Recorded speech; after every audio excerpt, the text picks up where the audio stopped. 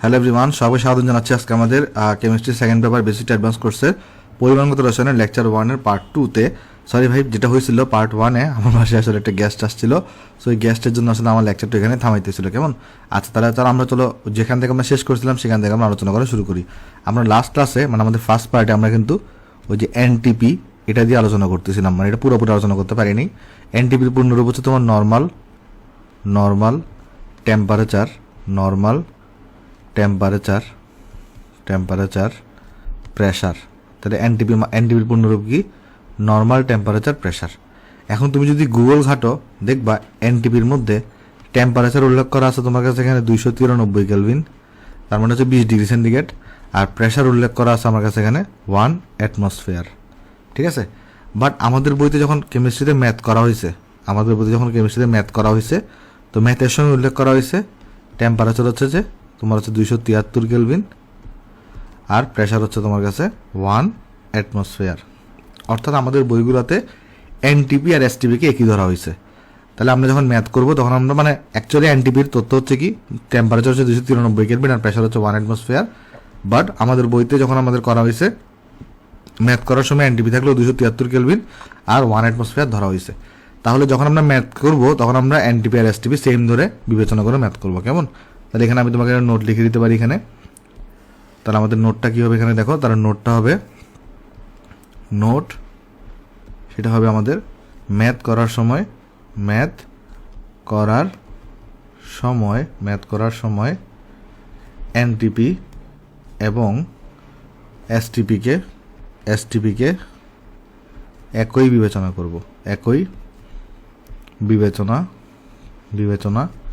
করব, অর্থাৎ ম্যাথে যদি তোমার কাছে এনটিপি অথবা এসটিপি উল্লেখ করা থাকে তাহলে আমরা যেটা করবো, আমরা প্রেশারের ভ্যালু বসাবো হচ্ছে 1 অ্যাটমসফিয়ার, আর টেম্পারেচার কত বসাবো এখানে? টেম্পারেচার বসাবো তোমার এখানে হচ্ছে ভাই 273 কেলভিন। ঠিক আছে, সো এখানে কিন্তু আমরা এই ভুলটা করবো না। যদিও এই যে এনটিপিতে টেম্পারেচার 293 কেলভিন, বাট আমরা ম্যাথ করার সময় কি করবো, এখানে 273 কেলভিন বসাবো, যেহেতু আমাদের বইগুলোতে এই কাজটা করছে। সো আমি এটাকে বক্স করে দিতে পারি, এটাকে আমি বক্স করে দিই। হোপফুলি তোমরা সবাই জিনিসটা এখানে ক্লিয়ার। ওকে, আমরা অনেক ম্যাথ করবো এই চ্যাপ্টারটা ম্যাথের উপর বেস করা। তো চলো আমরা তাহলে নেক্সটে চলে যাবো। আমাদের এখন যেটা দেখতে হবে, আমাদের প্রেশারে কিছু এককে কনভার্সন আছে সেটা একটু দেখতে হবে। আমরা মনে রাখবো প্রেশার যেটা আছে P = 1 অ্যাটমসফিয়ার হলে এই 1 অ্যাটমসফিয়ারকে আমি বিভিন্ন এককে কনভার্ট করতে পারি। যেমন এটা এগুলো কত হয়ে থাকে, 1.01325 ইন্টু 10⁵ প্যাসকেল হয়ে থাকে। এগুলোকে জাস্ট একটু ফোন নাম্বারের মতো মনে রাখবা, 1.01325 ইন্টু 10⁵, অথবা 1.01325 into 10⁵ newton per metre square, এটাকে আমরা বলতে পারি। অর্থাৎ 1 প্যাসকেল মানে কিন্তু 1 নিউটন পার মিটার স্কোয়ার। অথবা এটাকে কত বলা যায়, 101.325 কিলো প্যাসকেলও বলা যায়, ওই 10⁻³ আলাদা করে। তারপর এটাকে আমরা 760 মিলিমিটার পারদচাপও বলতে পারবো 1 অ্যাটমসফিয়ারকে। তারপর এটাকে আমরা 76 সেন্টিমিটার পারদচাপও এটাকে আমরা বলতে পারবো, বা এটাকে আমরা 0.76 মিটার পারদচাপও এটাকে বলা যায়। বা এটাকে আরেকটা কেউ কাছে টর, তাহলে 760 টরও এটাকে আমরা বলতে পারবো। আরেকটা কেউ কাছে বার, তাহলে 1.01325 বারও এটাকে আমরা বলতে পারবো। তাহলে আমাদের প্রেশারের এই এককগুলো এটা আমাদের মনে রাখা লাগবে।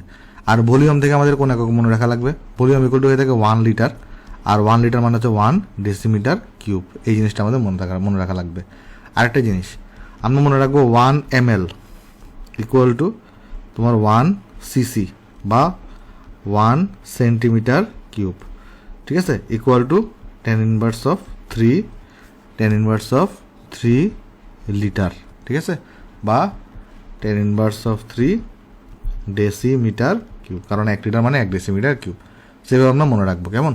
আচ্ছা, তারপর আমরা যদি যাই এখানে, আমাদের কাছে এখানে যে আর থাকে, আর এর দুটো ভ্যালু হয়, একটা হচ্ছে 8.314। আমরা যদি এভাবে দেখাই আসো, আর যেটা আছে আমাদের কাছে আর, এই আর এর আসলে দুটো ভ্যালু হতে পারে। একটা হচ্ছে তোমার 8.314 joule per kelvin mole inverse 1, আর একটা হচ্ছে আর এর ভ্যালু হতে পারে 0.0821 litre atmosphere K−1 mole inverse 1। কোয়েশনের জন্য উপরে ভ্যালুটা কখন ইউজ করি, দেখো একটা সূত্র আছে আমাদের কাছে, সেই সূত্রটা কোনটা? সেই সূত্র হচ্ছে আমাদের কাছে আছে তোমার এখানে PV is equal two nRT. তো আর এ ভ্যালু কোনটা বসাবো এটা নির্ভর করবে প্রেশার আর ভলিউমের উপরে। যদি প্রেশারটাকে অ্যাটমসফিয়ার এককে বসাও, আর সরি এখানে ভুল লিখছি, হ্যাঁ 0.081 কখন ইউজ করবা?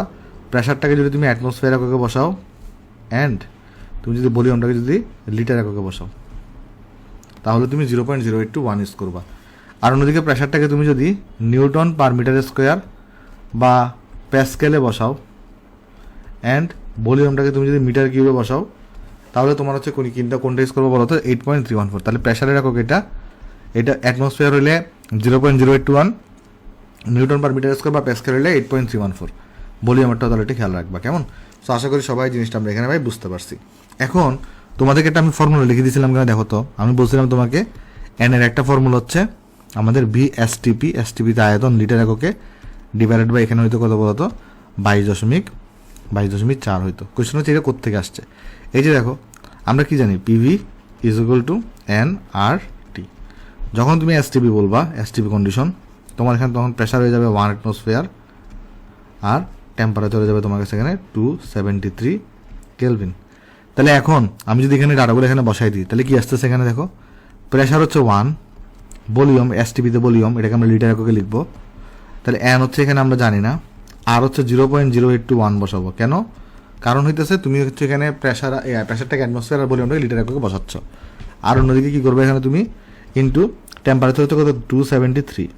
তাহলে আমি যেখান থেকে কী পাবো দেখো এন ইকুয়াল তাহলে পেয়ে যাবো ভি অফ এসটিপি লিটার একক, আর তুমি এদিকে গুণ করে দেখো, দেখবা রেজাল্ট এখানে 22.4 আসতেছে। দেখো 0.081 ইন্টু 273 করো, সেখানে আসবে 22.4133, যেটাকে আমরা সংক্ষেপে বলতে পারি 22.4, যেটাকে আমরা সংক্ষেপে বলতে পারি 22.4। এই জন্য আমাদের মূল সংখ্যার ক্ষেত্রে ইম্পর্টেন্ট সূত্র কোনটা? N is equal two V STP litre এককে ডিভাইড বাই কত বলো তো 22.4। কেমন? আশা করি সবাই জিনিসটা আমরা এখানে ভাই বুঝতে পারছি। তাহলে আমাদের যদি এখন আমরা একটু করে জিনিসপত্রগুলো দেখার চেষ্টা করি, আমাদের কিন্তু অলরেডি আমরা ওই মূল সংখ্যার একটা বড় সূত্র দেখছিলাম লাস্ট ক্লাসে, সেটা কোনটা ছিল? N is equal to M by M, তারপরে এক্স বাই এন এ, তারপর তোমার এখানে পিভি বাই আর টি, এরকম একটা আমরা কিন্তু বড় সূত্রটা দেখছিলাম, কেমন? আচ্ছা, তারপর এখানে আরও কিছু সূত্র আছে আমাদের, চলো আমি আরেকটা সূত্র তোমাকে দেখানোর চেষ্টা করি। আসো, ঘনত্বের একটা সূত্র আছে, ঘনত্ব। দেখো আমরা সবাই জানি পিভি ইজ ইকুয়াল টু কত? PV is equal to N R T হয়ে থাকে, রাইট? আচ্ছা, এনকে আমি কি লিখতে পারি? ভর ডিভাইডেড বাই আণবিক ভর বা পারমাণবিক ভর ইন্টু আরটি লিখতে পারি। তো এখানের মধ্যে একটা জিনিস খেয়াল করে দেখো তো, আমরা যদি একটা কাজ করি এখানে, এই যে আমরা এই ভিটাকে এই পাশে নিয়ে আসি, এগুলোকে বাকিগুলোকে অন্য পাশে নিয়ে যাই, তাহলে আমি এক পাশে পাবো হচ্ছে এম বাই তোমার এখানে ভি পাবো, আর এখানে কি হয়ে যাবে তখন পি এম ডিভাইডেড বাই এখানে আরটি হয়ে যাবে। কেমনে দেখো, এই যে আমরা এম এর নিচে ভি কে নিয়ে আসছি আর এগুলোকে এই পাশে নিয়ে এসেছি, তাহলে P M divided by RT. তো এম বাই ভিকে আমি কি লিখি? এম বাই ভি যেটা আছে আমাদের কাছে, এম বাই ভিকে আমরা এখানে লিখি না ঘনত্ব রো ইজুগুলো, তাহলে হবে প্রেশার এম ডিভাইডেড বাই আর টি। তাহলে এখানে তোমার যদি আমি বলতে চাই যে আমরা তাহলে ঘনত্ব যেটা আছে ঘনত্ব, তাহলে ঘনত্ব সূত্র কি? রো ইজুগুল টু আমাদের এখানে তো দুটো সূত্র আছে, তাহলে একটা হচ্ছে এম বাই ভি, আমাদের এখানে হবে এম বাই ভি হবে, আর এখানে আরেকটা কোনটা আছে? আরেকটা আছে তোমার কাছে পি এম বাই আর টি আছে এখানে। ওকে, সো আশা করি সবাই জিনিসটা এখানে আমরা বুঝতে পারছি। তো এখানে যে রোটা দেখতেছো, এই রো এর একক কিন্তু তোমার এখানে আমাদের রো এর এককটা কত সেটা একটু জানা দরকার। রো এর একক খেয়াল করে দেখো, আমরা যদি তোমার এই এমটাকে আমরা যদি গ্রামে প্রকাশ করি, এটাকে লিটারে যদি প্রকাশ করি, তাহলে একক হবে গ্রাম পার লিটার। বা আমি আরেকটা কাজ করতে পারতাম, এমটাকে কেজিতে প্রকাশ করতে পারতাম, আর এটাকে মিটার কিউবে প্রকাশ করতে পারতাম, তখন আসতো এখানে কেজি পার মিটার কিউব। তো এখানে আমরা আরেকটা কনভার্সন মনে রাখতে পারি যে 1 gram per litre equal to 1 kg per metre cube হয়ে থাকে। তাহলে এই জিনিসটা কিন্তু প্রমাণ করা যায়, কেমন? যে 1 gram per litre equal to কত হয়ে থাকে? 1 তোমার কেজি পার মিটার কিউব হয়ে থাকে। সো প্রমাণ দরকার নেই, জাস্ট জেনে রাখো আর কি কনভার্সনটা। তাহলে রো এর একক কী হবে সেটা আমরা শিখে ফেললাম, আর রো এর ফর্মুলাটা আমরা এখানে দেখে ফেললাম, কেমন? তাহলে রো ইকুয়াল টু আমাদের কিন্তু এম বাই ভি বা P M by R T হয়ে থাকে। হোপফুলি আমাদের সবার জিনিসটা এখানে ক্লিয়ার। তাহলে আমরা যদি নেক্সটে চলে যাই, নেক্সটে এখন থেকে আমাদের এখানে ম্যাথ স্টার্ট হচ্ছে। দেখো আমাকে এখানে কি বলছে কোয়েশ্চনে, আমাকে বলছে 150টি স্বাক্ষর দিলে একটি পেন্সিলের 15 মিলিগ্রাম খরচ হয়, প্রতিটি স্বাক্ষরে কয়টি কার্বন পরমাণু ব্যয় হবে? তাহলে বলছে কি 150 যদি তুমি স্বাক্ষর দাও তাহলে একটা গ্রাফাইট পেন্সিলের, আচ্ছা গ্রাফাইট কি আসলে? গ্রাফাইট হচ্ছে কার্বনের উপভেদ, তাহলে গ্রাফাইট খরচ হয় মানে কিন্তু কার্বন খরচ হয়, কেমন? আচ্ছা, তাহলে এখানে আমি তোমাকে যদি সলিউশন করতে চাই, তাহলে অ্যাট ফার্স্ট আমি তোমাকে বলতে পারি গ্রাফাইট যেটা আছে আমাদের কাছে, গ্রাফাইট থাকে, গ্রাফাইট, এই গ্রাফাইটটা হচ্ছে তোমার কার্বনের, এগুলো আমরা মূলের পর্যায়ে ধর্ম পড়ে আসছি, রূপভেদ। গ্রাফাইট কি জিনিস? গ্রাফাইট হচ্ছে তোমার কার্বনের রূপভেদ, ঠিক আছে। আচ্ছা, এখন দেখো, এখন এখানে আমাকে বলছে 150টি স্বাক্ষর দিলে 15 মিলিগ্রাম খরচ হয় কি কার্বন। আমার একটা স্বাক্ষরে কতটুকু খরচ হবে সেটা লাগবে। তাহলে আমি বলতে পারি 150টি স্বাক্ষর দিলে তোমার হচ্ছে কার্বন খরচ হয় কত? 15 মিলিগ্রাম। তাহলে আমাকে বলে একটি স্বাক্ষর দিলে কতটা খরচ হবে? একটি স্বাক্ষর দিলে কার্বন খরচ হয় 15 ডিভাইডেড বাই 150 মিলিগ্রাম হবে। তার মানে এটা আসবে কত? 0.1 মিলিগ্রাম আসবে। তাহলে ভর খরচ হচ্ছে কতটুকু? ভর খরচ হচ্ছে তোমার এখানে আসলে অ্যাকচুয়ালি একটা স্বাক্ষরে এম দেওয়া আছে তোমার কাছে এত, এই জিনিসটাকে একটা স্বাক্ষরে এম দেওয়া আছে হচ্ছে আমার কাছে এত। তখন আমরা বলছি আমাকে কতটুকু কার্বন পরমাণু ব্যয় হবে, এক্স বের করতে বলছে। তখন আমরা এন মানে সবাই জানি এম ডিভাইডেড বাই এম হয়ে থাকে, এম ডিভাইডেড বাই কত হয়ে থাকে? এখানে এম হয়ে থাকে, বড় হাতের এম, ইজুকালটা এখানে হবে এক্স বাই এন এ হবে, ইজুকালটা এখানে হবে X divided by N A হবে। তাহলে এখানে দেখো আমাদের এই ছোট হাতের এম কত? 0.1 মিলিগ্রামে, তো গ্রাম মিলিগ্রাম এখানে 10⁻³ দিয়ে গুণ দিতে হবে। আর এখানে তোমার বড় হাতের এম কত? এখানে বড় হাতের এম আমরা সবাই জানি কার্বনের কত হয়ে থাকে? কার্বন হয়ে থাকে 12, কার্বন হয়ে থাকে কত? কার্বন হয়ে থাকে এখানে 12। তারপর এখানে আমরা এক্স লিখবো, এক্স লিখলাম, আর এখানে এন এ আসবে। এন এটা কত বলো? এন হচ্ছে তোমার এখানে 6.022 ইন্টু 10⁻23। তাহলে এখান থেকে আমাদের সুন্দর মতো এক্সট্রা চলে আসবে না?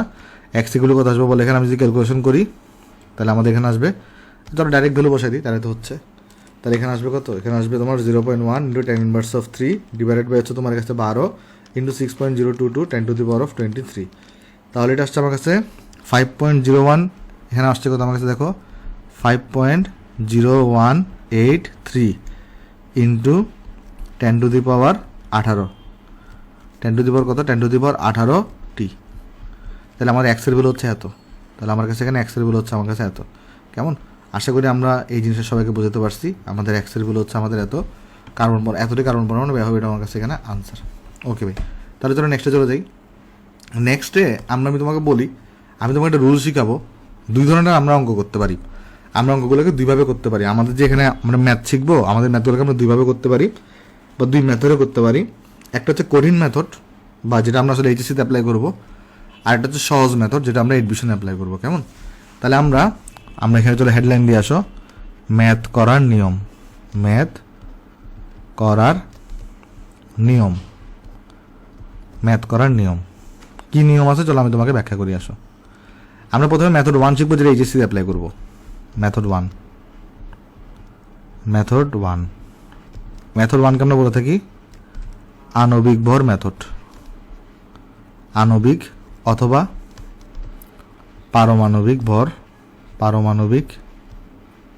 পারমাণবিক ভর, যেটাকে আসলে আমরা এম দিয়ে প্রকাশ করি, মেথড। ঠিক আছে?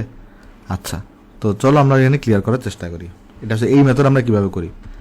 তো একদম এইখানে বুঝতে পারতেছো আমাদের কি জড়িত থাকবে? আণবিক বা পারমাণবিক ভর এখানে জড়িত থাকবে। তাহলে মেথড 1-এর নাম কি? মেথড 1-এর নাম হচ্ছে আমাদের আণবিক বা পারমাণবিক ভর মেথড। এখানে আমরা কি করি আমি তোমার একটু করে কাহিনীগুলো বোঝাই বলি। দেখো, ধরো একটা বিক্রিয়া দিচ্ছে তোমাকে, ধরো এখানে দেওয়া আছে 2H2 প্লাস অক্সিজেন, একদম বেসিক থেকে আমরা যাচ্ছি। কেমন? এখান থেকে ধরো তোমাকে দিচ্ছে এখানে 2H2O দেওয়া আছে এখানে। ঠিক আছে? তো এই ধরনের তোমাকে একটা কোয়েশ্চেন দিছে, আমরা একদম বেসিক থেকে যাবো ভাই। আমরা প্রত্যেকটা অঙ্ক 2 নিয়মে করে দিব যেন তোমার একের সাথে এইচএসসি এবং অ্যাডমিশনের প্রিপারেশন কমপ্লিট হয়ে যায়। আর মেথড 1 আমরা কোথায় অ্যাপ্লাই করবো? মেথড 1 হচ্ছে আমরা এইচএসসিতে অ্যাপ্লাই করবো। আর এটার নাম কি? এটার নাম হচ্ছে আমাদের আণবিক ভর মেথড। দেখো এখানে কি বলছে, ধরো 2H2 প্লাস অক্সিজেন, আর এখান থেকে কি উৎপন্ন হচ্ছে? 2H2 উৎপন্ন হচ্ছে।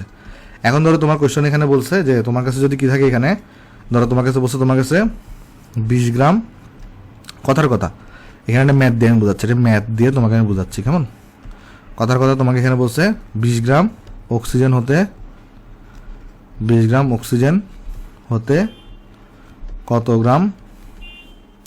গ্রাম পানি বা কত মোল পানি পাওয়া যাবে। ধরো তোমার জিজ্ঞেস করছে কত মোল পানি পাওয়া যাবে, ধরো জিজ্ঞেস করছে তোমাকে কত মোল পানি পাওয়া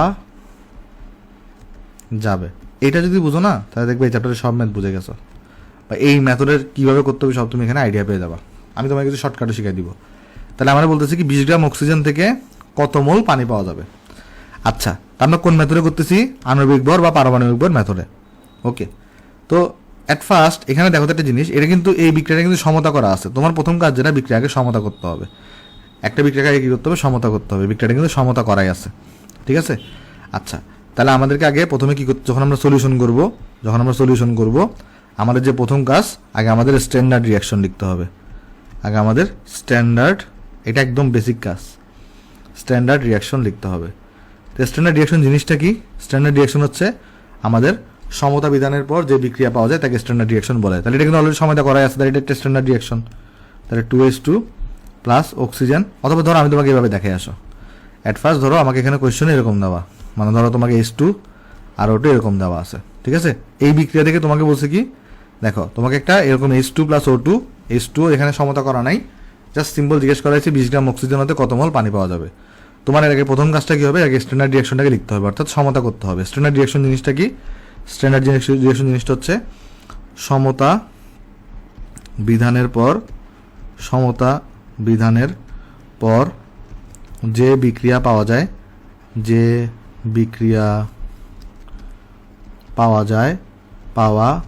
যায় তাই হলো স্ট্যান্ডার্ড রিয়াকশন। মানে সমতা করার পরে আমরা যে রিয়াকশনটা পাবো সেটা হচ্ছে আমাদের স্ট্যান্ডার্ড রিয়াকশন। তাহলে অ্যাট ফার্স্ট আগে সমতা করলে রিয়াকশনটা কীরকম আসবে? 2H2 প্লাস O2 হবে। তাহলে এখান থেকে যাবে কোনটা? এখান থেকে উৎপন্ন হবে 2H2O। এখান থেকে উৎপন্ন হবে 2H2O। এখন তোমার কাজটা কি? তোমাকে ইনফরমেশন দেওয়া আছে কার সম্পর্কে? 20 গ্রাম অক্সিজেন থেকে তোমার পানি পাওয়া লাগবে, তাই না? 20 গ্রাম অক্সিজেন থেকে কী পাওয়া লাগবে? পানি পাওয়া লাগবে। তাহলে তোমাকে ইনফরমেশন দেওয়া আছে অক্সিজেন সম্পর্কে, জানতে চাইছে পানি সম্পর্কে, জানতে চাইছে কার সম্পর্কে? এখানে পানি সম্পর্কে, ঠিক আছে? আচ্ছা, তো তুমি দেখতেছো এখানে 1 মোল থেকে 2 মোল তৈরি হয়। এখান থেকে কি তৈরি হয়? 1 মোল থেকে 2 মোল তৈরি হয়। এই অঙ্কটা অনেকভাবে করা যায়, আসলে এই অঙ্কগুলো অনেকভাবে করা যায়। এখানে তুমি দেখতেছো 1 মোল থেকে 2 মোল তৈরি হয়, তাহলে তুমি বলতে পারো তাহলে এটার মোল সংখ্যা হিসাব করতে পারো অক্সিজেনের। তো অক্সিজেনের মোল সংখ্যা হিসাব করে বলতে পারো তাহলে 1 মোল থেকে 2 মোল তৈরি হয়, তাহলে অত মোল থেকে কত মোল তৈরি হবে এটাও করতে পারো। বাট ওটা দিয়ে সব অঙ্ক করা যায় না, এই জন্য আমি তোমাকে এমন একটা নিয়ম শিখাচ্ছি আণবিক ভরের মেথড, যেটা দিয়ে আসলে ওটা দিয়েও করা যায় বাট লেন্দি হয় আর কি। চলো আমি তোমাকে দেখাই দিই আসলে জিনিসটা কেমন। তো এখানে তুমি কীভাবে করতে পারো? এখানে আমরা দেখতেছি যে এই 1 মোল অক্সিজেনের সাথে 1 মোল অক্সিজেন থেকে 2 মোল পানি তৈরি হচ্ছে। তাহলে আমরা এখানে এভাবে লিখবো যে, একটা জিনিস মনে রাখবা, যার সম্পর্কে তুমি জানো তাকে তুমি বামে লিখবা, যার সম্পর্কে তুমি জানো তাকে তুমি কী করবে? এখানে বামে লিখবা। আরেকবার বলি, যার সম্পর্কে জানি তাকে বামে লিখবো। তা আমি এখানে অক্সিজেন সম্পর্কে ডাটাটা জানি, তাহলে অক্সিজেনটাকে আমি কোথায় লিখবো? বামে লিখবো। তাহলে আমি এখানে দেখতেছি এখানে আমার 1 মোল যে অক্সিজেনটা আছে, 1 মোল অক্সিজেন, এটা বিক্রিয়া করতেছে, একটি ইকুইভ্যালেন্ট চিহ্ন দিব, মানে এখানে ট্রিপল চিহ্ন দিব। কেমন? ট্রিপল চিহ্ন দিব। ট্রিপল চিহ্ন অর্থ কি? আমাদের ইকুইভ্যালেন্ট চিহ্ন। তাহলে এটা কার সাথে বিক্রিয়া করে উৎপন্ন করতেছে? 2 মোল H2O উৎপন্ন করতেছে, ঠিক আছে? তাহলে এখন আমি আরেকবার বুঝাই বলি, দেখো তুমি এখানে ইকুয়াল চিহ্ন দিবা না, তুমি এখানে দিবে ইকুইভ্যালেন্ট চিহ্ন। ইকুইভ্যালেন্ট আর ইকুয়ালের মধ্যে পার্থক্য কি? ধরো তুমি এক জায়গা থেকে আরেক জায়গায় যাবা, রিক্সা ভাড়া ধরো 20 টাকা, তুমি কি করলে? রিক্সা ওঠার আগে একটা দোকান থেকে 2টা পরোটা চিপস কিনা 10 টাকা করে, কেমন? তো এখন তুমি যদি রিক্সাওয়ালাকে 20 টাকা না দিয়ে 2টা পরোটা চিপস দাও, তুমি কিন্তু ভুল কিছু করো নাই, বাট রিক্সাওয়ালা কিন্তু তোমার টাকাটা রিসিভ করবে না। তুমি ইকুইভ্যালেন্ট জিনিস দিচ্ছ বাট ইকুয়াল জিনিস দাও নাই। এবার দেখো আণবিক ভর মেথড তোমার কি বলে আসলে? তুমি কি করবা? দুই পাশে তার আণবিক ভর দিয়ে, মানে এখানে 1 আছে না, এখানে এইভাবে লিখতে পারো। দেখো আমরা এইভাবে লিখতে পারি যে, বা 1 ইন্টু অক্সিজেন আণবিক ভর কত? 32 না? তাহলে 32 গ্রাম অক্সিজেন ইকুইভ্যালেন্ট তোমার এখানে 2 ইন্টু এটার আণবিক ভর কত? 18 গ্রাম, তাহলে 18 গ্রাম পানি। তাহলে এই লাইনটা থেকে আমরা কি বুঝতেছি? 32 গ্রাম অক্সিজেন থেকে আমাদের 36 গ্রাম পানি পাওয়া যাচ্ছে, ঠিক আছে? তখন আমরা এখানে তাহলে কি লিখবো? যে 32 গ্রাম O2 হতে পানি পাওয়া যায় আমাদের এখানে 36 গ্রাম। আমাকে এখানে 20 গ্রাম থেকে জিজ্ঞেস করছে, তো সুতরাং 20 গ্রাম। তুমি চাইলে ভেঙে করতে পারো, ভেঙে কীভাবে করতে পারো? যে আগে 1 গ্রাম দেখাইতে পারো। সুতরাং 1 গ্রাম অক্সিজেন হতে পানি পাওয়া যায় 36 ডিভাইডেড বাই 32 গ্রাম। তাহলে সুতরাং এখানে এই যে আমাদের 20 গ্রাম অক্সিজেন হতে পানি পাওয়া যায় 36 ভাগের 32 ইন্টু 20 গ্রাম। যেটা রেজাল্ট আসলে কত আসবে দেখো এখানে, যদি রেজাল্ট আমরা বের করতে চাই তাহলে আসবে তোমার কাছে 36/32 ইন্টু 20, তাহলে এটা আসছে 22.5 গ্রাম, 22.5 গ্রাম। তাহলে এটা হচ্ছে আমার কাছে এখানে আনসার। তাহলে এত গ্রাম পানি এখানে পাওয়া যাবে। তুমি চাইলে কিন্তু এই মোল সংখ্যার হিসাব দিয়ে করতে পারতো যে 1 মোল থেকে 2 মোল তৈরি হচ্ছে, তাহলে অ্যাকচুয়ালি এখানে কত মোল আছে, তাহলে এত মোল থেকে কত মোল পানি পাবা, তো তুমি কিন্তু এটা বের করতে পারতা। তো এখন তুমি কিন্তু কী বের করছো, এত গ্রাম বের করছো, বাট তোমার তো এখনো মোল সংখ্যা বের হয়নি, তাহলে তোমার এখন কী বের করতে হবে, পানির মোল সংখ্যা বের করতে হবে। তো কীভাবে বের করবে, এই ভরটাকে তুমি তাহলে এখানে পানির আণবিক ভর দিয়ে ভাগ করে দিবা, তাহলে এখানে তোমার কাঙ্ক্ষিত রেজাল্ট চলে আসবে। দেখো এটা কত আসবে, আমাদের 22.5 তাহলে 18 দিয়ে ভাগ করলে এটা আসবে 1.25 মোল। তাহলে এটা হচ্ছে আমার কারেসপন্ডিং আনসার, ঠিক আছে, বা এটা হচ্ছে আমাদের আসলে আনসার। তাহলে আমরা কী করলাম, এখানে আমরা আণবিক ভর বা পারমাণবিক ভর মেথডে অঙ্কটা আমরা করলাম। এখানে আমরা আণবিক ভরগুলোকে বসাবো, এটা লেখার পরে আমরা এই জায়গাটাতে চলে যাব, ঠিক আছে। তাহলে এখানে আমাদের কি, এটা হচ্ছে আমাদের কিন্তু 36 গ্রাম, আর এটা হচ্ছে আমাদের এখানে 32 গ্রাম। তাহলে 32 গ্রাম থেকে আমরা পাই 36 গ্রাম, তাহলে 20 গ্রাম থেকে আমরা কত পাবো। এই মেথডে যে জিনিসটা আমরা মাথায় রাখবো, যার সম্পর্কে জানি তাকে বামে রাখবো। এই মেথডে আমরা যে জিনিসটা কোন জিনিসটা মাথায় রাখবো, যার সম্পর্কে জানি তাকে বামে রাখবো, শেষ। আর যাকে নিয়ে বের করবো ইনফরমেশন তাকে ডানে রাখবো, এতটুকু হচ্ছে তোমার এখানে কাজ, ঠিক আছে। তাহলে তুমি এখানে বুঝতে পারছো ঐকিক নিয়মে কীভাবে করতে হবে। এটাই কিন্তু হচ্ছে আমাদের এই মেথডটাকে আমরা কী বলি, আমাদের ঐকিক নিয়মের মেথড, ঐকিক নিয়ম। মানে এটা কিন্তু কঠিন কিছু না ভাই, এটাও কিন্তু মানে ইজি, জাস্ট ল্যান্ড দিয়ে আর কি। আচ্ছা এবার আসো আমরা মেথড 2 দেখে আসো, সেম অঙ্ক আমরা করবো মেথড 2তে। এবার আসো আমরা দেখবো এখানে তোমার নীল দিয়ে লিখছি না, তাই হ্যাঁ, এবার হচ্ছে আমরা মেথড 2 দেখবো। মেথড 2 হচ্ছে আমাদের স্টোইকিওমেট্রি মেথড, যেটা দিয়ে আমরা এডমিশনে সব ম্যাথ করতে পারি। আর ইউটিউবে আমাদের সবগুলো ম্যাথ স্টোইকিওমেট্রি দিয়ে করানো, টেনশন নিও না, আমি আমাদের এই কোর্সে সবগুলো ম্যাথ স্টোইকিওমেট্রি দিয়েও করাবো। আর হচ্ছে তোমার এখানে আমি এইচএসসির ঐকিক নিয়মটাও দেখাই দিব, যাতে তোমার কোনো সমস্যা না হয়। এটা কোথায় ইউজ করতে পারবা, এটা ইউজ করতে পারবা এডমিশনে আর এমসিকিউতে। এইচএসসিতে আমি নিজে ইউজ করে আসছি, আমার কোনো সমস্যা হয় নাই, বাট অনেক স্যারই এটাকে পছন্দ করে না, তাই রিস্ক না নিয়ে আমি রিকমেন্ড করবো এটা তুমি এইচএসসিতে ইউজ করিও না, এডমিশন আর এমসিকিউতে ইউজ করিও, কেমন। আচ্ছা, তো এখন আমি তো জানি না তোমার এমন স্যারের কাছে খাতা পড়ছে, এটা কিন্তু কোনো ভুল নিয়ম না, কেমন। তারপর অনেক স্যার এটাকে পছন্দ করে না, তো এখন এটা ভাই কিছু করার নাই। তোমার খাতা যদি এমন কোনো স্যারের কাছে পড়ে যিনি এটা পছন্দ করেন না, তখন তোমাকে মার্কস কেটে দিবে।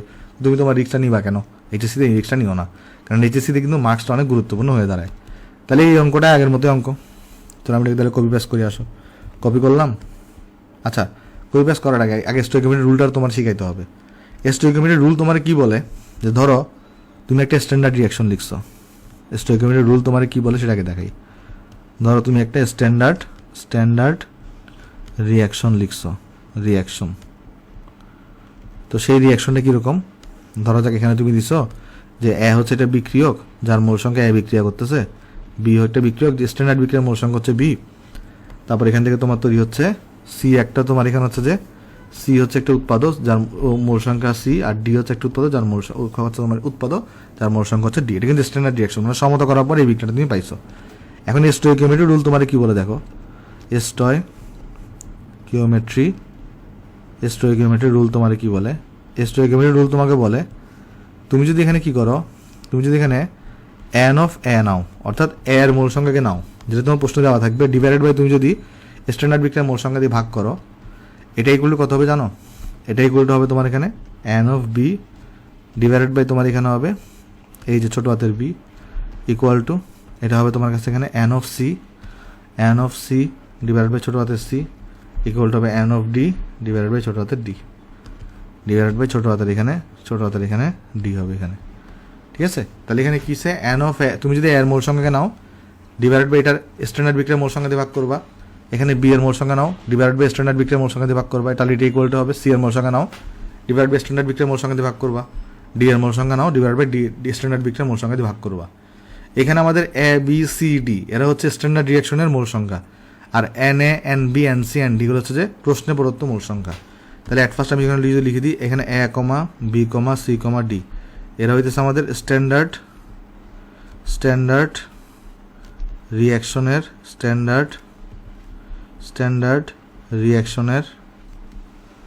রিঅ্যাকশনের মোল, স্ট্যান্ডার্ড রিঅ্যাকশনের মোল সংখ্যা। আর অন্যদিকে আমার কাছে N of A comma N of B, N of A এখানে হবে N of A comma N of B comma N of C comma N of D. এরা হচ্ছে আমাদের কী বলতো প্রশ্নে প্রদত্ত মূল সংখ্যা। এটা কি হবে? প্রশ্নে প্রদত্ত মূল সংখ্যা হবে। ঠিক আছে, এবার আসো আমি তোমাকে ওই বিক্রিয়াটা করে দিই। এখানে আসো, মানে এই অঙ্কটা করে দিই। চলো এটাকে জাস্ট আমরা যদি তোমার এখানে কপি করে আমরা যদি তোমার এই জায়গাটাতে নিয়ে আসি। হ্যাঁ, এখন দেখো এখানে আমাকে এই অঙ্কটা করতে বসছে, কেমন? সো আচ্ছা, এখানে তো স্পেস নাই, আমরা একটা কাজ করে আমরা এটাকে নেক্সট পেজটা নিয়ে যাই। আসো, কাট করে এটাকে চলে এখানে করে দিয়ে আসো, তাহলে তুমি ভালো করে বুঝতে পারবে আর কি। আগের পেজে স্পেস ছিল না। এখন দেখো তাহলে এখানে আমরা ফার্স্ট অফ অল আগে আমরা যখন সলিউশন করব তার আগে আমাকে কী লিখতে হবে? স্ট্যান্ডার্ড রিঅ্যাকশন লিখতে হবে। স্ট্যান্ডার্ড রিঅ্যাকশন আগে আমাকে লিখতে হবে। এখানে দেখবো কোনো ঝামেলাই নেই, বুঝছো? এখানে দেখবো কোনো ঝামেলাই নেই। চলো দেখাই দিই স্ট্যান্ডার্ড রিঅ্যাকশন কোনটা। এই যে 2H2, দেখো এখানে স্ট্যান্ডার্ড রিঅ্যাকশন হচ্ছে তোমার এই যে 2H2 প্লাস অক্সিজেন। এখান থেকে কী প্রোডাক্ট তৈরি হচ্ছে তোমার কাছে? এখান থেকে তৈরি হবে তোমার 2H2O। তাহলে এখান থেকে তোমার তৈরি হবে 2H2O তৈরি হবে। তাহলে এখন আমি যদি এখানে স্টয়কিওমেট্রি রুল ইউজ করি, স্টয়কিওমেট্রি রুল যদিও লেখার দরকার নেই, মানে এডমিশনে আমি মানে এরকম স্টয়কিওমেট্রি রুল লেখাটা দেখার দরকার নেই। তারপর তোমাকে দেখা যাচ্ছে তুমি লিখতে পারো N of H2 divided by এখানে কত আসবে? ডিভাইডেড বাই আসবে 2 is equal to N of O2। দেখো অক্সিজেনের আগে এখানে কোনো কিছু আছে নাই, তাহলে এখানে 1, তাহলে আমি এখানে 1 ধরে এখানে কত বসাই দেবো? এখানে বসাই দিব হচ্ছে 1 বসাই দিব। আর equal to N of H2O, এখানে বসাবো কত বলো? এখানে বসাবো কিন্তু 2, এখানে বসাই দিব তোমার এখানে 2 বসাই দিব। ঠিক আছে, হোপফুলি সবাই জিনিসটা আমি এতটুকু বুঝতে পারছি এখানে। এখন দেখো, এখন আমার কাছে কোয়েশ্চনে অক্সিজেন সম্পর্কে ডাটা দেওয়া আছে, তাই অক্সিজেনটাকে এটাকে ইউজ করব। আর পানি সম্পর্কে জানতে চাইছে, তাহলে এটাকে ইউজ করব। তাহলে এই দুটার মধ্যে সম্পর্কটা কি দাঁড়াচ্ছে? এখানে এই দুটার মধ্যে সম্পর্ক দাঁড়াচ্ছে যে এন অফ অক্সিজেন, নিচে তো 1 থাকলে লেখার দরকার নাই, তাহলে এটা equal to N of H2O divided by কত? ডিভাইডেড বাই এখানে 2 দাঁড়াচ্ছে। তো কোয়েশ্চনে আমাকে এন অফ H2O বের করতে বলছে, তাহলে ডাইরেক্ট আমরা এন অফ H2O এটা এগুলো কত আসবে? 2 টাইমস এন অফ O2। এখন এন অফ O2 মানে কত? এন অফ O2 কে আমরা লিখতে পারি M/M, তাহলে M of O2 divided by এটা অক্সিজেনের আণবিক ভর হচ্ছে 32, তাহলে এখানে আসবে 2 ইন্টু এখানে দেওয়া আছে 20 ভাগের 32, তাহলে এখানে দেখো কত আসবে? এন অফ H2Oটা, এন অফ H2O এই জিনিসটা আসতেছে আমার কাছে এখানে এই যে 2 ইন্টু 20 ভাগের 32, তাহলে এটা আসছে 1.25, এটা আসছে কত? 1.25 মোল আসছে। এই যে দেখো এটাই কিন্তু আমার এখানে আনসার, খেয়াল করো এখানে এটাই কিন্তু আমার এখানে আনসার। পানি থেকে কত মোল পাওয়া যাবে? কিন্তু তুমি যখন এখানে এইভাবে করছিলা, ঐকিক নিয়মে করছিলা, তোমাকে বেশ কিন্তু এখানে দেখো মানে অনেক কথা লিখতে হয়েছে। কথা লেখার পরে তুমি এটা করতে পারছো। ঠিক আছে, সো তুমি চাইলে কিন্তু এখানে এই নিয়ম মানে এখানে এই নিয়মটা দিয়ে তুমি কিন্তু এডমিশনে খুব সহজেই আসলে আনসার করে ফেলতে পারো, কেমন? সো আমি আশা করতেছি তোমরা এই জিনিসটা সবাই এখানে আমরা বুঝতে পারছি, আমাদের কারো এখানে কোনো সমস্যা নাই। তাহলে চলো আমরা আমাদের প্রথম ম্যাথে চলে যাই। আমরা এই ম্যাথটা আমরা স্টয়কিওমেট্রি দিয়েও করাবো। এরপর হচ্ছে আমরা আমাদের নর্মাল নিয়ম যেটা আছে মানে বোর্ডে বা এইচএসসি আসতে যেভাবে করবো সেটা আমি তোমায় করাই দিব। এখানে কোয়েশ্চেন বলতেছি কি আমাকে 0.35 গ্রাম সোডিয়াম ক্লোরাইডের নমুনায় ভেজাল হিসেবে কিছু পরিমাণ ক্যালসিয়াম ক্লোরাইড মিশ্রিত আছে। রাসায়নিক বিশ্লেষণের নমুনাটিতে 0.11 গ্রাম সোডিয়াম পাওয়া গেলে নমুনাটিতে কত মোল সোডিয়াম পরমাণু আছে, কত মোল সোডিয়াম ক্লোরাইড আছে, সোডিয়াম ক্লোরাইডের বিশুদ্ধতা কত এবং কত মোল ক্লোরিন পরমাণু আছে। তাহলে কোয়েশ্চনটাকে চলো বোঝার চেষ্টা করি, সলিউশন করি। আসো সলিউশন। এট ফার্স্ট একটা পাত্র আনবো আমরা এখানে, একটা পাত্রকে আমরা এখানে আনলাম। তো এই পাত্রের মধ্যে কি আছে বলো? এখানে 0.35 গ্রাম সোডিয়াম ক্লোরাইডের একটা নমুনা আছে। তো এখানে কিন্তু ভেজাল আছে, তার মানে 0.35 গ্রাম কিন্তু পুরোটা সোডিয়াম ক্লোরাইড না, সোডিয়াম ক্লোরাইডের পরিমাণ এর থেকে কম, প্লাস এখানে ভেজাল মিশ্রিত অবস্থায় আছে, কিছু পরিমাণ ক্যালসিয়াম ক্লোরাইড আছে। তার মানে টোটাল নমুনার ভর কিন্তু তোমাকে দেওয়া আছে 0.35 গ্রাম, মানে 0.35 গ্রাম সোডিয়াম ক্লোরাইডের একটা নমুনায়। তাহলে সোডিয়াম ক্লোরাইড আছে, প্লাসের সাথে ভেজালও আছে, দুটা মোট ভর হচ্ছে 0.35 গ্রাম। তার মানে এখানে আমাদের কিন্তু কি আছে? সোডিয়াম ক্লোরাইড আছে, আবার এখানে ভেজাল হিসেবে ক্যালসিয়াম, মানে ভেজালটাকে আমি চলো রেড কালার দিই, তাই এই ভেজালটাকে আমরা লাল কালার দিয়ে দেখাই। তাহলে এখানে ক্যালসিয়াম ক্লোরাইড এখানে ভেজাল হিসেবে আছে। আর এই দুইটার টোটাল ভরটা দেওয়া আছে কতটুকু? পুরো নমুনার ভর দেওয়া আছে 0.35 গ্রাম দেওয়া আছে তোমার কাছে। ঠিক আছে, আচ্ছা, তোমাকে কোয়েশ্চেন করছে রাসায়নিক বিশ্লেষণে। তুমি ধরো রাসায়নিক বিশ্লেষণ করছো, আর রাসায়নিক বিশ্লেষণ করার পরে এখান থেকে কি পাইছো? সোডিয়াম পাইছো। যে সোডিয়ামের ভর হচ্ছে কতটুকু? 0.11 গ্রাম। তাহলে এখান থেকে তুমি সোডিয়াম পাইছো। তাহলে যে সোডিয়ামের ভর দেওয়া আছে কত? M of sodium equal to তোমাকে দেওয়া আছে 0.11 গ্রাম দেওয়া। তো অ্যাট ফার্স্ট জিজ্ঞেস করছে কত মোল সোডিয়াম পরমাণু আছে। সোডিয়াম সম্পর্কে জানতে চাইছে, যেহেতু খুব সোজা সলিউশন করি যদি আমরা এখানে। অ্যাট ফার্স্ট আমাকে কত মোল সোডিয়াম পরমাণু, কত মোল সোডিয়াম পরমাণু আছে। তাহলে সোডিয়ামের মোল সংখ্যা বের করতে বলছে, এন অফ সোডিয়াম। তাহলে এন অফ সোডিয়াম এখানে কত হবে বলো একটু করে? এন অফ সোডিয়াম এখানে হবে তোমার, আমরা যদি দেখি তাহলে M of sodium divide by বড় হাতের এম অফ সোডিয়াম। তো এম অফ সোডিয়াম দেওয়া আছে এখানে 0.11, আর এখানে আমাদের বড় হাতের আমরা কত জানি সোডিয়ামের জন্য শিখে আসছি রাস্তা আছে 23 হয়ে থাকে, 23। তাহলে এখানে কত আসবে দেখো, তাহলে আমরা লিখতে পারবো বা এন অফ সোডিয়াম। তাহলে এটা কত হয়ে থাকবে এখানে? এটা হচ্ছে আমাদের এ নাম্বার কোয়েশ্চন। তাহলে এখানে আসবে আনসার আসবে আমাদের, যদি আমরা বের করি 0.11 ডিভাইডেড বাই 23, তাহলে এটা আসছে তোমার 0.00। আমরা যদি সাইন্টিফিক মোডে করি এটাকে, তাহলে এখানে আসছে তোমার 4.7826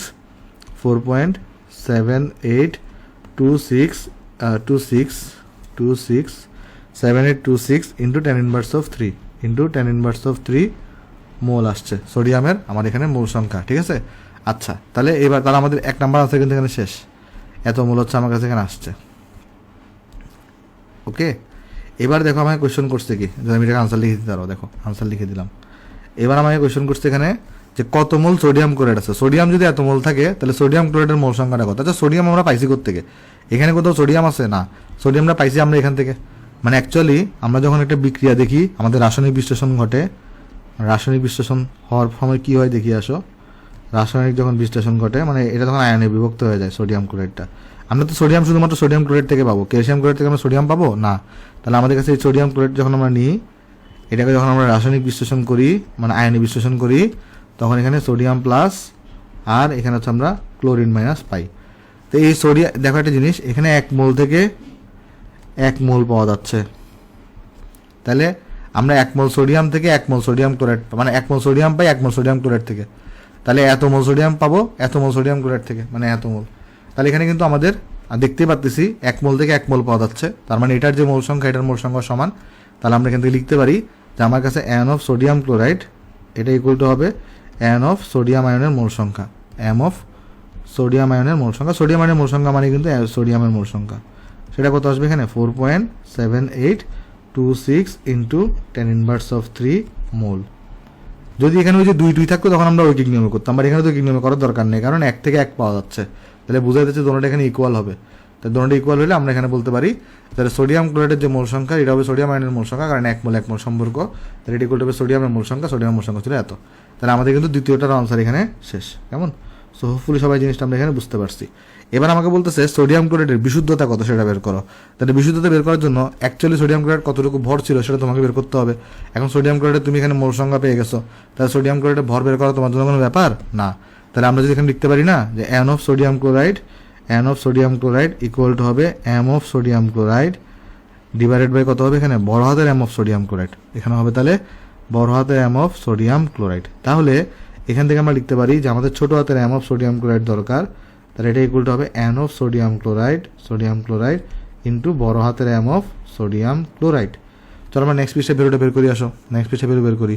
তাহলে এখানে দেখো বা এম অফ সোডিয়াম ক্লোরাইড, তাহলে এটা ইকুয়াল টু হবে কত এখানে এন অফ সোডিয়াম ক্লোরাইড যেটা হচ্ছে 4.7826, এটা হচ্ছে কত 4.7826 ইন্টু 10⁻³ ইন্টু এন এর পরে কী হবে এখানে বড় হাতের এম, তাহলে বড় হাতের এম কত 23 প্লাস 35.5। তাহলে এখানে দেখো এম অফ সোডিয়াম ক্লোরাইড কত আসবে তোমার এটা আনসার ইন্টু 23 প্লাস 35.5, তাহলে জিনিসটা আসছে তোমার কাছে 0.27978, তাহলে এটা আসছে কত 0.27978 গ্রাম। তাহলে অ্যাকচুয়ালি কিন্তু সোডিয়াম ক্লোরাইডের ভর হচ্ছে আমার এত, যেটা বিক্রিয়া অংশগ্রহণ করে যতটুকু ভর বিক্রিয়া অংশগ্রহণ করে ততটুকু বিশুদ্ধ ভর। সবসময় মনে রাখবা যে বিশুদ্ধ ভর দিয়ে শুধুমাত্র সে বিক্রিয়া অংশগ্রহণ করে। আমরা দেখতেছি এখানে সোডিয়াম ক্লোরাইড বিক্রিয়া অংশগ্রহণ করছে কতটুকু ভর, এতটুকু ভরের, তাহলে এটা হচ্ছে আমার বিশুদ্ধ ভর। আর বাট এখানে আমাকে বলছে কি বিশুদ্ধতা কত, তার মানে পার্সেন্টেজ অফ বিশুদ্ধতা কত। এটা মানে হচ্ছে যে বিশুদ্ধ ভরকে তুমি টোটাল ভর দিয়ে ভাগ করে দিবা, পার্সেন্টেজ করে দিবা, তাই তোমার বিশুদ্ধ ভরটা তুমি এখানে পেয়ে যাবা। তাহলে এখানে আমি বলতে পারি যে বিশুদ্ধ সোডিয়াম ক্লোরাইডের ভর যদি কথায় কথায় লিখি তাহলে আমরা বলতে পারি বিশুদ্ধ সোডিয়াম ক্লোরাইডের ভর এটা হইতেছে 0.27978 গ্রাম। আর ভেজাল সহ সোডিয়াম ক্লোরাইডের ভর, আরেকটা বলতে পারি আমরা এখানে তাহলে ভেজাল সহ আমাদের এখানে সোডিয়াম ক্লোরাইডের ভর, তাহলে এটা কত হবে বলো? এটা কিন্তু আমাদের এখানে দেওয়া ছিল, দেখো এখানে 0.35 গ্রাম, তাহলে এটা দেওয়া ছিল 0.35 গ্রাম, এটা দেওয়া ছিল। তাহলে ভেজাল সহ সোডিয়াম ক্লোরাইডের ভর আমি এখানে বের করে ফেলছি, ঠিক আছে? তাহলে এখন আমাকে বের করতে বলছে এখানে পার্সেন্টেজ, এখানে যদি আমরা বের করতে চাই পার্সেন্টেজ অফ বিশুদ্ধতা, তো বিশুদ্ধতা আমি কীভাবে বের করবো? বিশুদ্ধ বর্গে তাহলে আমাদের ভেজাল সহ ভরটা দিয়ে ভাগ করতে হবে। তো বিশুদ্ধ বর্গ এখানে 0.27978 আর তোমার টোটাল ভর হচ্ছে 0.35, এটাকে 100% দিয়ে মাল্টিপ্লাই করো, তাহলে এখানে বিশুদ্ধতা পেয়ে যাবা।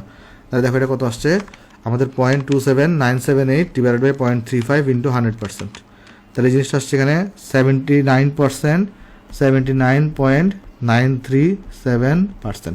তাহলে বিশুদ্ধতা কতটুকু? আমাদের 79.937%, ঠিক আছে? আমি বক্স করে দিই এটাকে আমরা তাহলে বক্স করে দিচ্ছি এখানে, আমরা এখানে ওকে বক্স করে দিলাম। তাহলে এই জিনিসটা হচ্ছে আমার কাছে এখানে 1 সেকেন্ড বাঁকা হয়েছে, একটু ঠিক করে দিয়ে দাঁড়াও, হ্যাঁ ঠিক করে দিছি। তাহলে এই জিনিসটা হচ্ছে আমার কাছে এখানে আনসার, কেমন?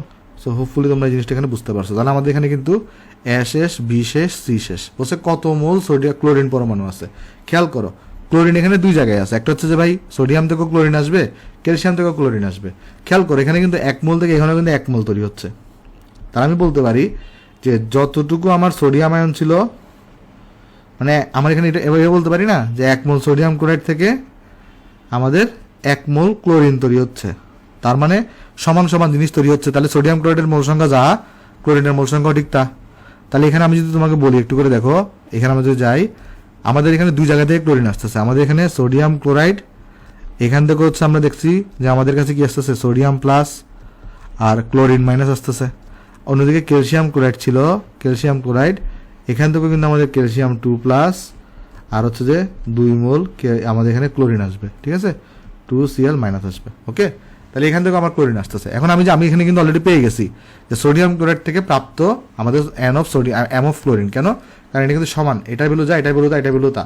তাহলে এটার ভ্যালু আমি জানি এত, তাহলে এটার ভ্যালু আমি তাহলে সোডিয়াম আমি বলতে পারবো এখান থেকে যে এখানে আমরা সবাই এখানে আমরা দেখতেছি যে এই বিক্রিয়া থেকে আমরা দেখা যাচ্ছে এখানে যে আমাদের এন অফ সোডিয়াম ক্লোরাইডের মোল সংখ্যা আর এন অফ ক্লোরিনের মোল সংখ্যা সমান, যেটা হবে কত এখানে, যেটা হবে তোমার কাছে 4.7826, 4.78। মানে তুমি চাইলে ঐকিক নিয়মও করতে পারো। তুমি এখানে ঐকিক নিয়মে কি বলতে পারো যে আমরা এটাকে চাইলে 1 নম্বর বিক্রিয়া বলতে পারি, এটাকে আমরা ধরো 2 নম্বর বিক্রিয়া বলতে পারি। তাহলে আমরা এখানে বলবো তখন 1 নং বিক্রিয়ায়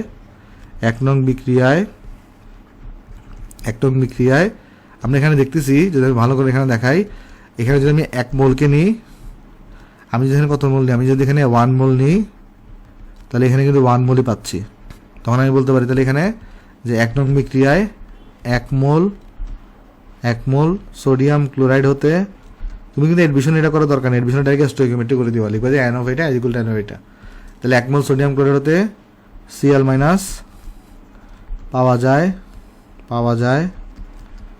পাওয়া যায় 1 মোল। তাহলে সুতরাং সোডিয়াম ক্লোরাইডের মোল সংখ্যা কত ছিল? 4.7826 ইন্টু 10⁻³ মোল সোডিয়াম ক্লোরাইড হতে ক্লোরিন মাইনাস পাওয়া যায়, ওই অতই হবে। তাহলে এই যে 4.7826 ইন্টু 10⁻³ মোল। তাহলে আমরা এখানে বলতে পারি এটা যে সোডিয়াম ক্লোরাইড যেটা আছে আমাদের কাছে, এটা থেকে আমাদের প্রাপ্ত এন অফ Cl- কত, সেটা হচ্ছে 4.7826 ইন্টু 10⁻³ মোল। বাট এটাই কিন্তু আমাদের শেষ না, তাই না? কারণ আমাদের কিন্তু আরও একটা ক্যালসিয়াম ক্লোরাইড থেকে কিন্তু আমাদের এখানে ক্লোরিন পাওয়া যাচ্ছে। তাহলে ক্যালসিয়াম ক্লোরাইড থেকে কতটুকু ক্লোরিন পাবে সেটা বের করতে হবে, কারণ আমাকে মোট কত মোল ক্লোরিন পরমাণু আছে সেটা তোমার এখানে জিজ্ঞেস করা হয়েছে, কেমন? আচ্ছা, তাহলে এখন তুমি চিন্তা করে দেখো, আমরা বলতে পারি তাহলে একটা জিনিস দেখো, তাহলে আমি যদি ক্লোরিন সম্পর্কে জানতে চাই তাহলে আমাকে ক্যালসিয়াম সম্পর্কে আগে জানতে হবে। এখানে আমাদের সোডিয়াম ক্লোরাইডের ভর বের করে ফেলছি আমরা, আর এখানে আমরা দেখতেছি সোডিয়াম ক্লোরাইড আর ক্যালসিয়াম ক্লোরাইড টোটাল মিলিত ভর হচ্ছে এত। তাহলে ক্যালসিয়াম ক্লোরাইডের ভরটা আমরা পেয়ে যাবো না। তাহলে আমি এখানে লিখতে পারি নেক্সট পৃষ্ঠায় গিয়ে, আমি এখানে লিখতে পারি যে আমার কাছে এম অফ সোডিয়াম ক্লোরাইড মানে বিশুদ্ধটা আর এম অফ ভেজাল তার মানে ক্যালসিয়াম ক্লোরাইড দুটো মিলিত ভর হচ্ছে এখানে 0.35। তাহলে এখানে আমাকে একটু করে বলো এম অফ ক্যালসিয়াম ক্লোরাইড তাহলে কত হবে এখানে, এটা ইকুয়াল টু হবে 0.35 মাইনাস ওই যে সোডিয়াম ক্লোরাইডের ভর সেটা হচ্ছে 0.27978 0.27978, তাহলে এখানে আমরা পেয়ে যাবো ক্যালসিয়াম ক্লোরাইডের ভর এখানে কত 0.35 মাইনাস 0.27978, তাহলে এটা আসছে আমার কাছে কত যদি নর্মাল মনে করি তাহলে আসছে 0.07 গ্রাম আসছে। তাহলে এখন আমি এখান থেকে এন অফ ক্যালসিয়াম ক্লোরাইডটা পেয়ে যাবো না, তাহলে এটা কত হবে এখানে দেখো এটার m/m, তাহলে এটার ছোটো হাতের m হচ্ছে 0.07022, বড় হাতের m কত ক্যালসিয়াম হচ্ছে 40 হয়ে থাকে, ক্লোরিন এখানে 2টা আছে তাহলে 2 × 35.5, ক্লোরিন হচ্ছে 35.5 করে হয়, তাহলে এখানে কত আসবে দেখো এখানে আসবে তোমার আনসার ডিভাইডেড বাই 40 প্লাস 2 × 35.5, তাহলে এখানে আসছে তোমার যদি সাইন্টিফিক মোডে করি এটাকে সাইন্টিফিক মোডে করি তাহলে আসছে 6.326 ইন্টু 10⁻⁻⁴ মোল, তাহলে ক্যালসিয়াম ক্লোরাইডের মোল সংখ্যা হচ্ছে এত। তাহলে এখন আমরা বলতে পারবো 2 নং বিক্রিয়াতে আমরা দেখতে পাচ্ছি যে 1 মোল থেকে তৈরি হয় তোমার এখানে 2 মোল ক্লোরিন মাইনাস, তাহলে কত মোল থেকে কত মোল তৈরি হবে, তাহলে এখানে আমরা বলতে পারি যে 1 মোল ক্যালসিয়াম ক্লোরাইড হতে ক্লোরিন মাইনাস পাওয়া যায় মানে যেটাকে জানি সেটাকে আগে বাম পাশে লিখবো, পাওয়া যায় 2 মোল, তাহলে সুতরাং যে 6.326 10⁻⁴ মোল, তাহলে একটা কাজ করি এই জিনিসটাকে একটু পাশে নিয়ে আসি, তাহলে 1 মোলটাকে আমি এই পাশে নিয়ে আসি কারণ ওই যে ডট দিয়ে দেওয়ার জন্য, কেমন এত মোল ক্যালসিয়াম ক্লোরাইড হতে ক্লোরিন পাওয়া যায় 2 ইন্টু আমার তাহলে কত হবে 6.326, দেখো এখানে 6.326 ইন্টু 10⁻⁴ মোল, তাহলে এখানে ডাবল করলে কত আসবে দেখো এটা, তাহলে এখানে আসবে 2 করে দিলে তাহলে 1.265 ইন্টু 10⁻³ মোল আসছে। তাহলে আমরা দেখছি এখানে আমাদের এই যে এইটা থেকে আসতেছে এত সোডিয়াম ক্লোরাইড থেকে, আর ক্যালসিয়াম থেকে তোমার আসতেছে হচ্ছে এত মোল, তাহলে আমি টোটাল মোট ক্লোরিনের পরিমাণ বের করে ফেলতে পারি, তাহলে NCl মাইনাস এটার পরিমাণ অ্যামাউন্টটা কত, এটার অ্যামাউন্টটা হবে 4.7826 ইন্টু 10⁻³ ইন্টু 10⁻³ এটা প্লাস ক্যালসিয়াম থেকে পাওয়া গেছে 1.2652 ইন্টু 10⁻³ তাহলে এখান থেকে আমাদের NCl মাইনাস চলে আসবে, দেখো এটা কত আসবে প্লাস 4.7826 ইন্টু 10⁻³ তাহলে এই জিনিসটা আসছে আমার 6.0478 ইন্টু 10⁻³ এত মোল আসছে। তাহলে এত মোল টোটাল হচ্ছে আমার কী পাওয়া যাবে বলতো, আমার এখানে ক্যালসিয়াম ক্লোরাইড এখানে পাওয়া যাবে, সেটাকে আমি বক্স করে দিই এখানে। আমি আশা করতেছি এই অঙ্কটা তোমরা সবাই বুঝতে পারছো, এখানে আমরা স্টোইকিওমেট্রি এক জায়গাতে ইউজ করি নেই, তবে তুমি চাইলে স্টোইকিওমেট্রি ইউজ করে অঙ্কটা সহজে করে ফেলতে পারো। স্টোইকিওমেট্রি আসলে একটা সিমিলারই হবে, তাই জন্য এটাকে আমি আলাদাভাবে স্টোইকিওমেট্রি দেখাচ্ছি না, আমি অনেক মেয়েদের যেগুলো একটু ডিসিমিলার হবে মানে একটু স্টোইকিওমেট্রি সহজ হবে সেগুলো আমি তোমাকে অবশ্যই দেখাই দিব। তাহলে আমাদের শেষ এখানে, তাহলে চলো আমরা নেক্সটে চলে যাই। আসো আমাদের এখানে নেক্সটে চলে যাই।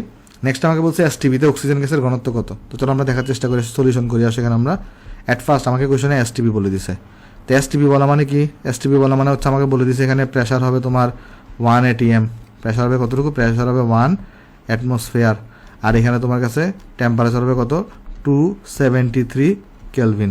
এখন ঘনত্ব তুমি কি জানো, পিএম বাই তোমার এখানে কত হয়ে থাকে RT হয়ে থাকে, পিএম বাই তোমার এখানে R ইন্টু টি হয়ে থাকে।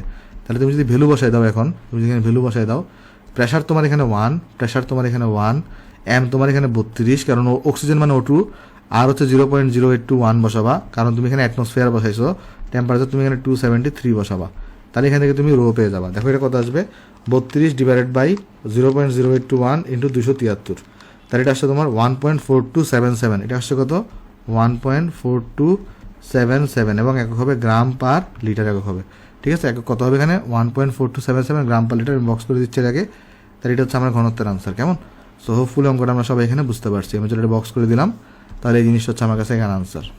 অনেক এক্সট্রা ম্যাথ করাবো ইউটিউবের বাইরেও, সো টেনশন নেওয়ার দরকার নেই, অনেক সিকিউ করাবো। আচ্ছা চলো নেক্সটে চলে যাই। আসো নেক্সটে এখানে একটা পার্সেন্টেজের ব্যাপার স্যাপার আছে, সো পার্সেন্টেজের যদি ব্যাপার স্যাপার আছে তাহলে পার্সেন্টেজ নিয়ে আমাদের একটু কথা বলা লাগবে আগে, ঠিক আছে।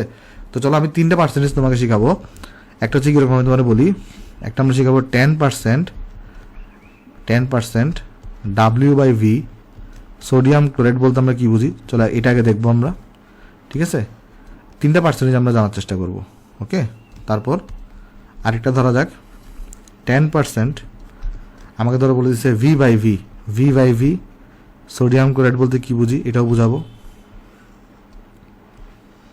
তারপর আরেকটা জিনিস তোমাকে আমি বুঝাবো এখানে, এটা যদি আমরা পরিবেশ রসায়নে দেখাইছি, তারপর এখানে আরেকবার দেখানো 10% W/W, আর এটা আমরা সামনে আরও ডিটেলসে পড়বো কেমন।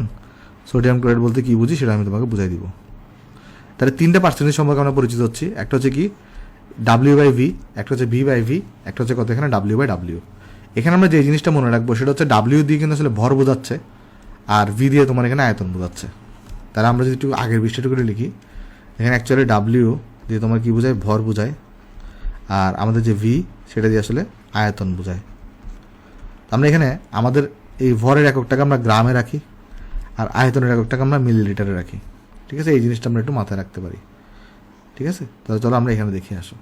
তাহলে এখানে যাই, আমাকে যখন বলছে 10% W/V সোডিয়াম ক্লোরাইড, তাহলে 10% W/V সোডিয়াম ক্লোরাইড বলতে বোঝাবে আমাদের 100 ml সোডিয়াম ক্লোরাইড দ্রবণে 10 গ্রাম সোডিয়াম ক্লোরাইড দ্রব আছে। 100 ml সোডিয়াম ক্লোরাইড দ্রবণে 10 গ্রাম সোডিয়াম ক্লোরাইড দ্রব আছে। দেখো, একটা কিন্তু ভর, একটা কিন্তু আয়তন। তাহলে আমরা এখানে মনে রাখবো জিনিসটা যে 10% W/V সোডিয়াম ক্লোরাইড বলতে বোঝায় 100 ml সোডিয়াম ক্লোরাইড দ্রবণে 100 ml সোডিয়াম ক্লোরাইড দ্রবণে 10 গ্রাম 100 ml সোডিয়াম ক্লোরাইড দ্রবণে 10 গ্রাম সোডিয়াম ক্লোরাইড দ্রব আছে। ঠিক আছে, তাহলে 10% W/V সোডিয়াম ক্লোরাইড বলতে বোঝায় 100 ml সোডিয়াম ক্লোরাইড দ্রবণে 10 গ্রাম সোডিয়াম ক্লোরাইড দ্রব আছে। ওকে, আশা করি সবাই জিনিসটা এখানে বুঝতে পারছি।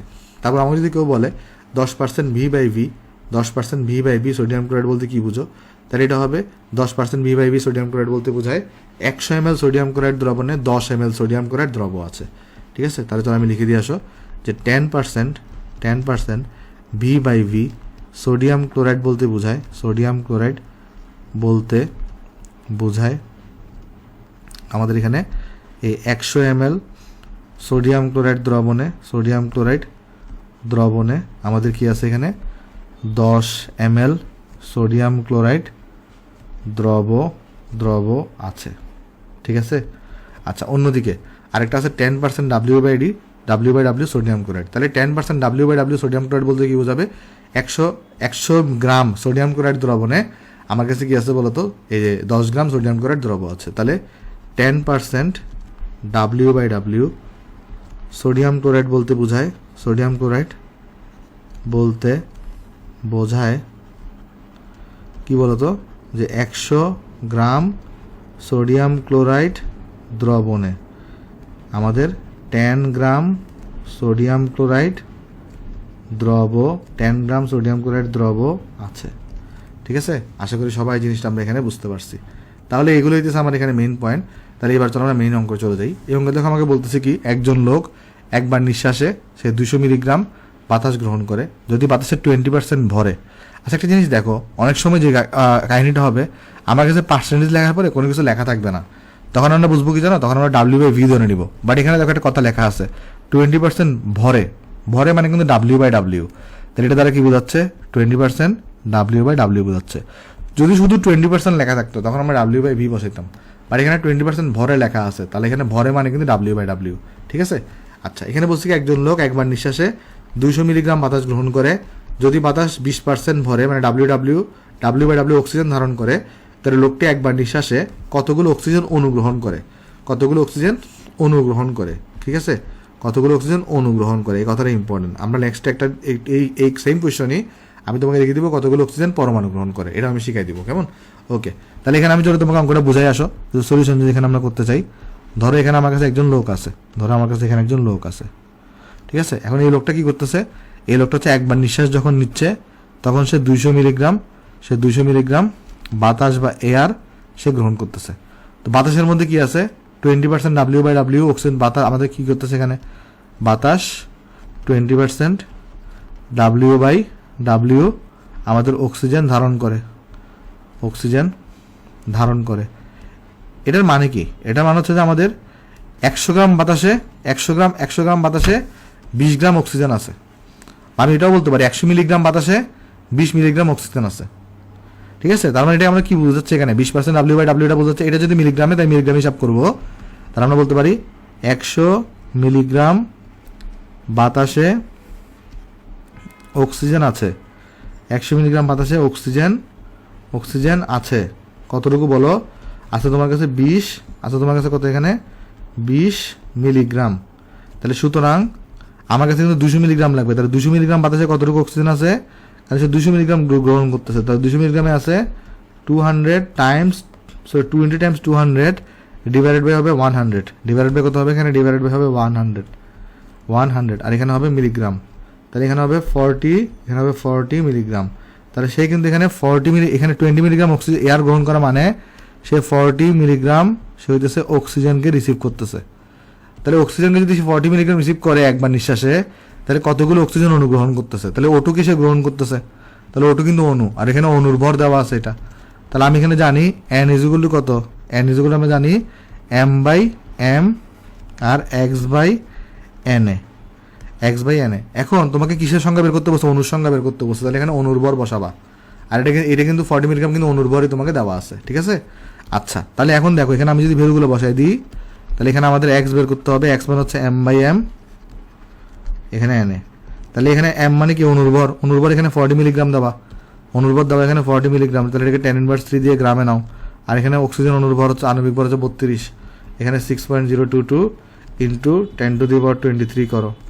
তাহলে এখানে আমাদের কত আসবে দেখো, এটা এখানে আসবে 40 times 10⁻³ divided by 32 into 6.022 10⁻23। So এই ভ্যালুটা আসছে আমাদের 7.5275 টাইমস 10⁻20t। মানে তাহলে এখানে আমাদের অণুর সংখ্যা কিন্তু এখানে বের হয়ে গেছে। কেমন? সেটা হচ্ছে আমার কাছে অণুর সংখ্যা, এটা হচ্ছে আমার কাছে অণুর সংখ্যা, এখানে আমার কাছে বের হয়ে গেছে। এটা হচ্ছে আমার কাছে বক্স করে দিলাম। তাহলে এই জিনিসটা হচ্ছে আমার কাছে এখানে আনসার, এটা হচ্ছে আমার অণুর সংখ্যা। বাট তোমাকে যদি কোয়েশ্চনে জিজ্ঞেস করতো যে ভাই তুমি এক কাজ করো, তুমি পরমাণুর সংখ্যা বের করো, তখন তুমি কি করতা?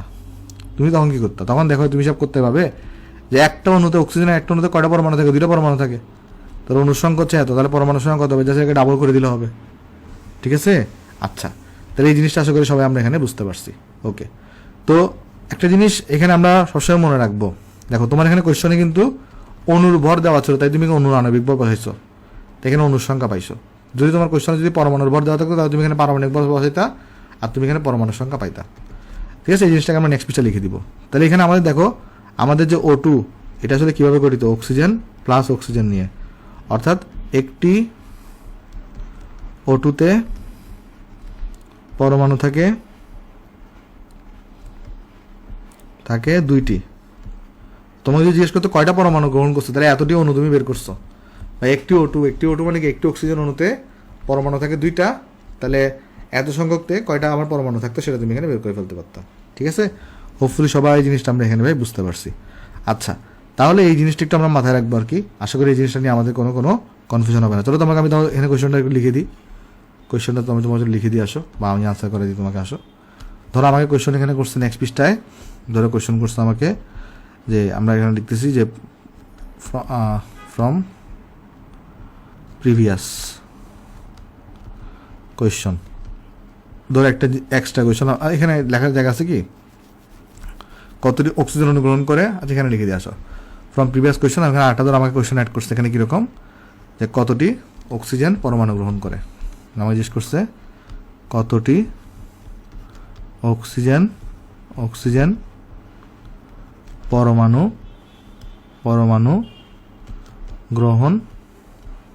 গ্রহণ করে, এটা জিজ্ঞেস করছে আমাকে। ঠিক আছে, এখন আমি যখন এখানে সলিউশন করব, এখন আমি দেখতেছি এখানে আমার কাছে যে অক্সিজেন আছে, অক্সিজেন এটার যদি আমি অণু বলি, অক্সিজেনের অণু বলতে আমরা O2-কে বুঝি, আর অক্সিজেনের হচ্ছে আমরা পরমাণু বলতে শুধু আমরা অক্সিজেনকে বুঝি। তাহলে এখানে যে O2টা থাকে এটা কিন্তু অক্সিজেন প্লাস অক্সিজেন, মানে 2টো অক্সিজেন নিয়ে গঠিত। তাহলে আমরা বলতে পারি এখানে আমাদের এক অণু, আমাদের হচ্ছে কি বলতো O2-তে এক অণু অক্সিজেনে পরমাণু থাকে 2টি। আমরা বলতে পারি এখানে 1 অণু অক্সিজেনে অক্সিজেন পরমাণু থাকে 2টি। 1 অণু অক্সিজেনে অক্সিজেন পরমাণু থাকে, অক্সিজেন পরমাণু থাকে 2টি। তাহলে সুতরাং এখানে অণুর সংখ্যা কত ছিল? 7.5275 7.5275 into 10 to the power 20 10 to the power 20 সংখ্যক অণুর এত সংখ্যক অণুতে, এত সংখ্যক অক্সিজেন অণুতে, এত সংখ্যক অক্সিজেন অণুতে, অক্সিজেন অণুতে অক্সিজেন পরমাণু থাকে, জাস্ট ডাবল করে দিলে কিন্তু হবে, তাই না? অক্সিজেন পরমাণু থাকে, তাহলে ইকুয়াল টু কত হবে এখানে? ইকুয়াল টু হবে 2 টাইমস এই যে 7.5275 into 10 to the power of 20। তাহলে এখানে ভ্যালু চলে আসবে। দেখো এই ভ্যালু কত আসবে এখানে, জাস্ট 2 দ্বিগুণ করে দিলে তাহলে 1.5055 into 10 to the power of 21। তাহলে এতটি আমার কাছে পরমাণু থাকবে। তাহলে অণুর সংখ্যা হচ্ছে আমার এত, অণুর সংখ্যা হচ্ছে আমার কাছে এত, আর এটা হচ্ছে আমার কাছে এখানে পরমাণুর সংখ্যা। এটা আমার কিসের সংখ্যা বেড়ে গেছে? এখানে পরমাণুর সংখ্যা এখানে বের হয়ে গেছে। ঠিক আছে, আচ্ছা, আশা করি সবাই বুঝতে পারছি। আরেকটা জিনিসটা তোমাকে দেখাই দিয়ে আসো, সেটা কি? ধরো এখানে তো অক্সিজেন বলছো, তোমাকে যদি NH3 কথা বলতো, NH3, ধরো NH3 এটার 1 অণু, এটার তুমি যদি 1 অণু নাও, এই 1 অণুতে নাইট্রোজেন পরমাণু থাকে কয়টা? নাইট্রোজেন পরমাণু আছে কিন্তু একটা। আর এটার 1 অণুতে হাইড্রোজেন পরমাণু আছে কয়টা? হাইড্রোজেন পরমাণু আছে তোমার কাছে এখানে 3টা। তাহলে ধরো কোনো কারণে তোমাকে যদি বলে যে আমার এখানে NH3 এর কণার সংখ্যা বেরিয়েছে, ধরো এত, ধরো আমাকে বললো কোশ্চনে NH3 যেটা আছে, NH3 কণার সংখ্যা ধরো আমাকে বললো 1 সংখ্যক। তাহলে এখানে নাইট্রোজেন সংখ্যা কত হবে? নাইট্রোজেন সংখ্যা কিন্তু 1 সংখ্যকই হবে, কারণ দেখো এখানে 1 সংখ্যক। কেন? কারণ দেখো একটা অণুতে একটা নাইট্রোজেন থাকে, বাট তোমাকে যদি তাহলে 1 সংখ্যক তো 1 সংখ্যক থাকবে। বাট তোমাকে যদি হাইড্রোজেন সংখ্যা জিজ্ঞেস করে, একটা অণু থাকে 3টা, তাহলে 100 সংখ্যক থাকবে, 3x সংখ্যক থাকবে। তাহলে এইভাবে করে কিন্তু আমরা বের করতে পারবো। ঠিক আছে, সো আমি আশা করতেছি জিনিসটা সবাই বুঝতে পারছি। আমরা চলো এটাকে উপরে তুলে দিয়ে আসো। হ্যাঁ, তাহলে এটাকে চলো আমরা এই পাশে নিয়ে আসো। তাহলে আমাদের আশা করি আমাদের কনসেপ্ট এখানে সবার ক্লিয়ার। ওকে, সো এখানে আমি তোমাকে আরেকটা জিনিস এখানে ক্লিয়ার করতে যাচ্ছি। n = m/m = x/na। এখানে কিছু ব্যাপার আছে। ধরো এখানে কোশ্চেনে তোমার অণুর ভর দিছে, কোশ্চেনে তোমার কাছে অণুর ভর দেওয়া আছে, তাহলে এখানে তুমি বসাবা আণবিক ভর, এখানে বসাবা আণবিক ভর, আর এখানে পাবা তুমি অণুর সংখ্যা, আর এই জায়গাটা তুমি পাবা অণুর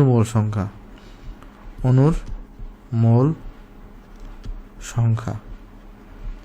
আচ্ছা, সেমভাবে যদি সূত্রটাকে একটু মডিফাই করে, মানে আমরা সেম সূত্র রাখি, তাহলে সূত্র আমি সেম রাখছি,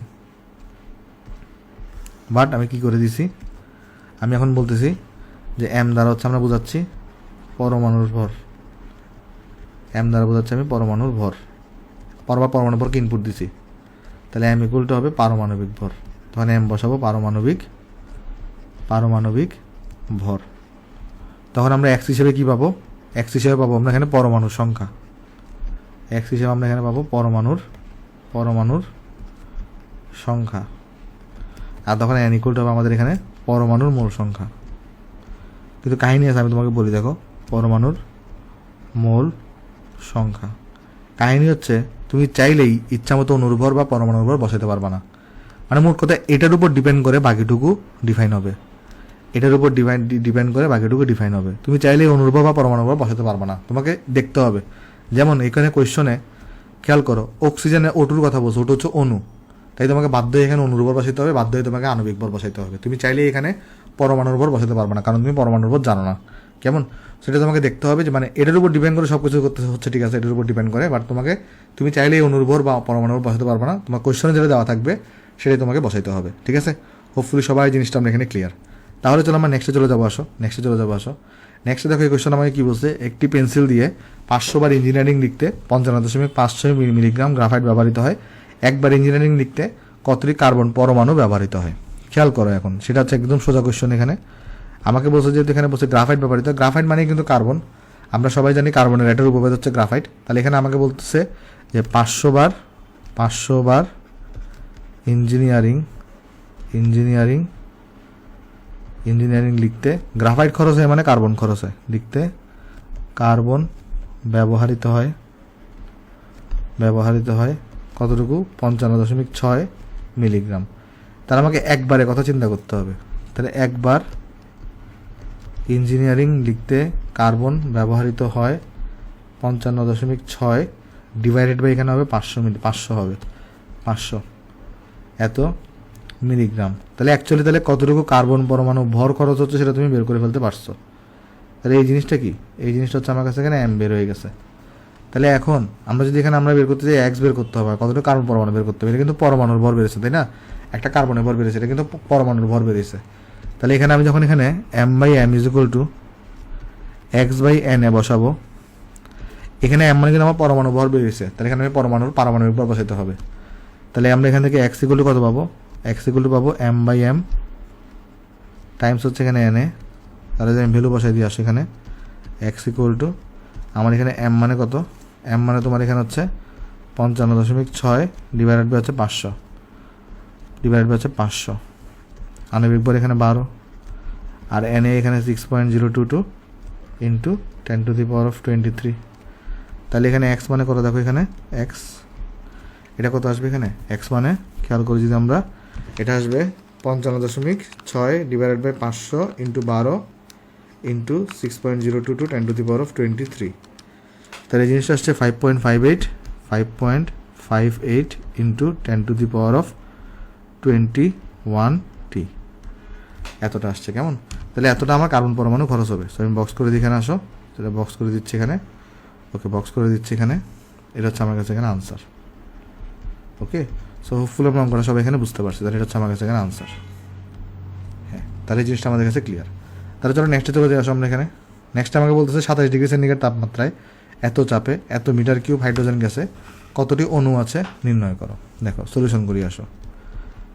এখানে আমাকে টেম্পারেচার দেওয়া আছে কত, 27°C। তাহলে এটাকে আমি যদি 27 প্লাস 273 করি তাহলে এটা হয়ে যাবে তোমার কাছে এখানে 300 কেলভিন। এখানে প্রেশার দেওয়া আছে কতটুকু, 98.7 into 10⁻³ newton per metre square. এখানে আয়তন দেওয়া আছে কতটুকু, 0.002 মিটার কিউব। হাইড্রোজেন গ্যাসে কতটি অণু আছে, তাহলে এক্স এখানে বের করতে বসে। তাহলে এখানে আমি যদি বের করতে চাই যে পিভি ইজ ইকুয়াল টু আমার এনআরটি, তাহলে এখানে আমি যদি ভ্যালু বসাই দিই এন এর, তাহলে এন মানে হচ্ছে এক্স বাই এন এ আর টি। তাহলে এক্স যদি আমি বের করতে চাই তাহলে আসবে এটা PV N A divided by এখানে আসবে আর টি। তাহলে চলো ভ্যালু বসাই দিয়ে আসো আমরা এখানে। আমি এখান থেকে যদি বসাই বা x equal to pressure into volume. Pressure কত, প্রেশার হচ্ছে দেখো প্রেশার এখানে 98.7 ইন্টু 10⁻³ রাখছে। ভলিউম এখানে রাখছে 0.002 রাখছে। এন এ হচ্ছে 6.022 10⁻23। তোমাকে আমি বলছি যদি প্রেশার যদি অ্যাটমসফিয়ার আর এটা যদি লিটার এককে থাকে তাহলে 0.081 বসাবা। আর এখানে pressure newton per metre square আর এখানে মিটার কিউবে আছে, সেখানে তুমি বসাবা 8.314 বসাবা। কি বসাবা, 8.314 বসাবা ইন্টু টেম্পারেচার এখানে কত 300। তাহলে এখান থেকে দেখো আমাদের এক্স কত আসবে, এক্সটা কত চলে আসবে দেখো, তাহলে আসবে 98.7 ইন্টু 10⁻³ তারপর হচ্ছে তোমার এখানে কত 0.002 into 6.022 10⁻23 divided by 8.314 into 300। So এই জিনিসটা আসছে এখানে 4.766 ইন্টু 10⁻, এখানে কত আসছে 4.766 ইন্টু 10⁻22t। তাহলে এই জিনিসটা আসছে আমার কাছে। কেমন, তাহলে এক্স লেভেল হচ্ছে আমার কাছে এত। সো এটা হচ্ছে আমরা এখানে বক্স করে দিচ্ছি, এখানে বক্স করে দিলাম। তাহলে এই জিনিসটা হচ্ছে আমার কাছে এখানে আনসার। ওকে, সো হোপফুলি আমরা সবাই জিনিসটা এখানে আমরা বুঝতে পারছি। তাহলে চলো নেক্সটে চলে যাই। নেক্সট আমাকে বলতেছে এখানে একটি পেন্সিল দিয়ে এই জিনিসটা লিখতে এত গ্রাফাইট খরচ হয়েছে, ওই লেখার মধ্যে কার্বন সংখ্যা বের করো। তাহলে এখানে অলরেডি সরাসরি আমাকে ভরটা দেওয়াই আছে, জাস্ট এক্সট্রা বের করতে বলছে। ঠিক আছে, তাহলে সলিউশন যেখানে করি তাহলে এ নাম্বারটা আমাকে এখানে সরাসরি ভর দেওয়াই আছে, ভর হচ্ছে 0.55 মিলিগ্রাম। তাহলে আমাকে বলছে পরমাণু সংখ্যা বের করতে। তাহলে আমাকে এখানে আমরা সবাই জানি m/m = x / na। তাহলে এখান থেকে দেখো x = কত আসবে, m/m টাইমস na। তাহলে এখানে আমরা যদি বের করি x এর মানটা, তাহলে আসবে এখানে আমাদের m এখানে কত, m এখানে 0.55 × 10⁻³ বড় হাতের m এখানে কার্বনের কথা বলছে, তাহলে কার্বন পরমাণু মানে 12, আর এখানে na হচ্ছে 6.022 × 10⁻23। তাহলে দেখো এই জিনিসটা কত আসছে, 0.55 10⁻³ ডিভাইডেড বাই 12 × 6.022 10⁻23। তাহলে আসছে এটা 2.76 × 10⁻19 তাহলে আমার এখানে পরমাণুর সংখ্যা হচ্ছে আমার কাছে এত। তাহলে আমার কাছে পরমাণুর সংখ্যা হচ্ছে আমার কাছে এত। সো আমি আশা করতেছি তোমরা জিনিসটা সবাই এখানে বুঝতে পারছো। তাহলে এটা হচ্ছে আমার পরমাণুর সংখ্যা, ঠিক আছে? হোপফুলি সবার কাছে জিনিসটা এখানে ক্লিয়ার। আচ্ছা, তাহলে এটা হচ্ছে আমার কাছে একটা আনসার। দেন আমাকে জিজ্ঞেস করছে এখানে অক্সিজেন দহন করলে এসটিপিতে উক্ত কার্বন পরমাণুসমূহ দ্বারা উৎপন্ন গ্যাসের আয়তন লিটারে ব্যাখ্যা করো।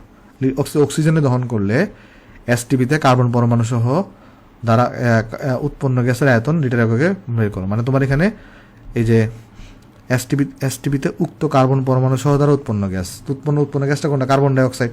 কারণ তুমি যদি কি করো, এই কার্বনকে যদি বি নাম্বার করতেছি অক্সিজেন দ্বারা দহন করো, এখানে কার্বন ডাইঅক্সাইড পাবা, এখানে কি পাবা, এখানে পাবা কার্বন ডাইঅক্সাইড।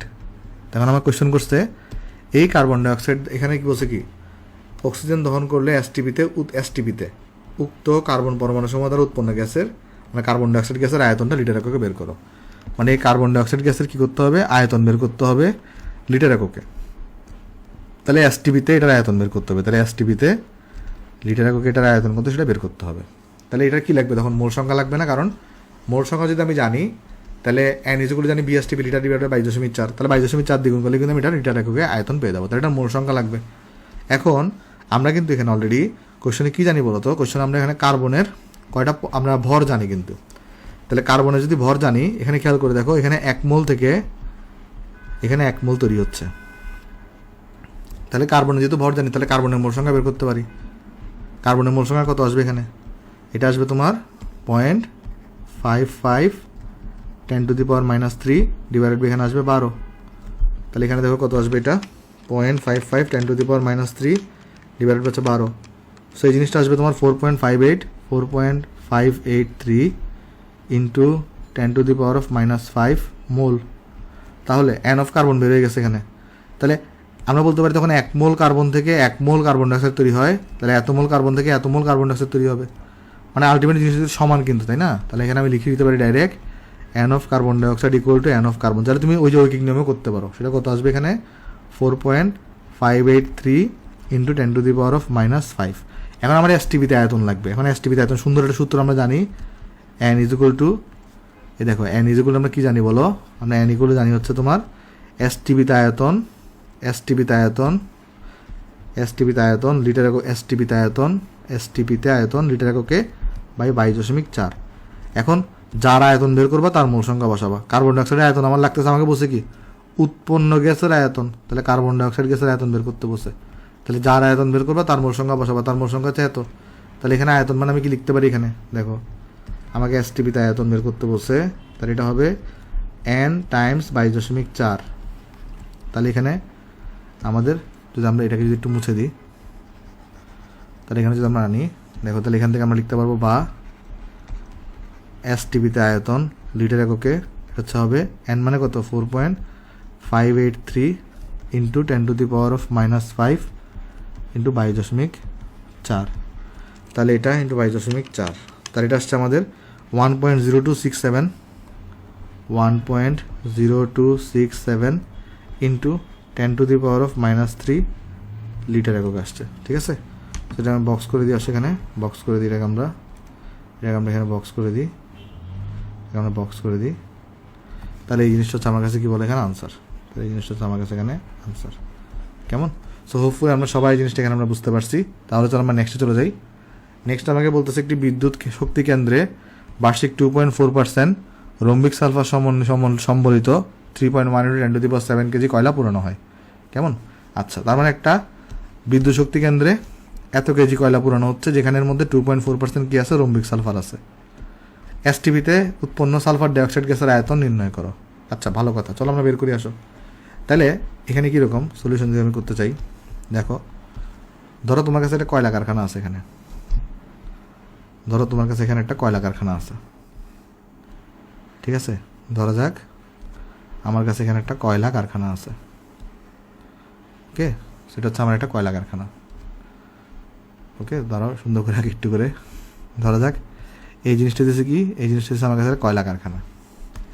তাহলে এটা দিচ্ছে আমার একটা কয়লা কারখানা।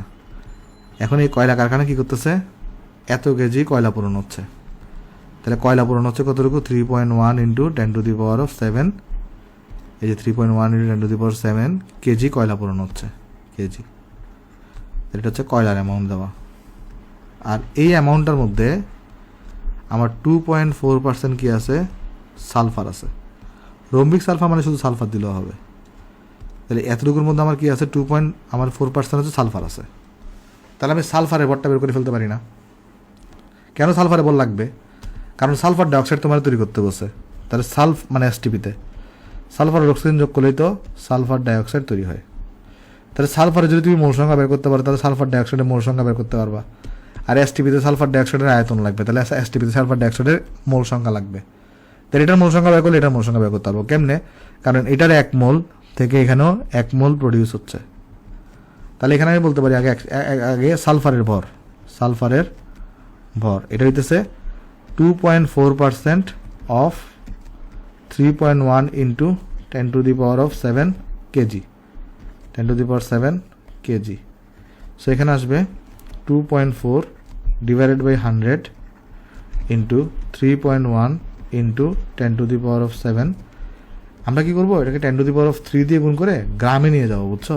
গ্রামে নিয়ে যাবো, কারণ আমার গ্রামে লাগবে সব কিছু। তাহলে দেখো এখানে কত আসবে তোমার?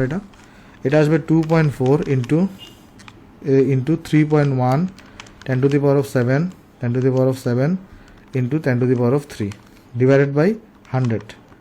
তাহলে আসছে 7.44 × 10⁻8 গ্রাম চলে আসছে। তাহলে সালফার যখন আমি ভর জানি, সালফারের আমি এখন এখানে মোল সংখ্যা বের করে ফেলতে পারবো না।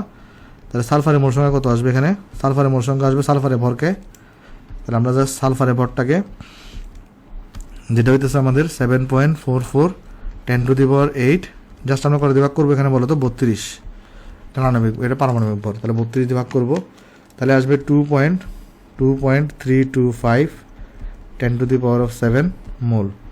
আচ্ছা ভাই, 1 মোল থেকে 1 মোল পাচ্ছ, তাহলে এটাই কিন্তু সালফার ডাইঅক্সাইডের মোল সংখ্যা হবে। দেন এখান থেকে তুমি কি বের করে ফেলতে পারবা? এখান থেকে সালফার ডাইঅক্সাইডের তুমি ওখানে এসটিপিতে বলি আমরা বের করে ফেলতে পারবা। তাহলে আমি যেখানে বের করি, দেখো এখানে আমরা এসটিপিতে ভলিউম লাগবে তো এটার ওকে। তাহলে আসবে n × 22.4, তাহলে n × 22.4, তাহলে n এর মান কত? 2.325 10⁻7 × 22.4। তাহলে এখানে আসছে আনসার × 22.4। তাহলে এটা আসছে 5.208 × 10⁻8 লিটার আসছে, ঠিক আছে? তাহলে এটা হচ্ছে আমাদের এখানে আনসার, ওকে? তো এটা হচ্ছে আমাদের কাছে এখানে আনসার। আশা করি সবাই জিনিসটা আমরা বুঝতে পারছি। এখানে সেটা হচ্ছে আমার কাছে এখানে আনসার, ওকে ভাই।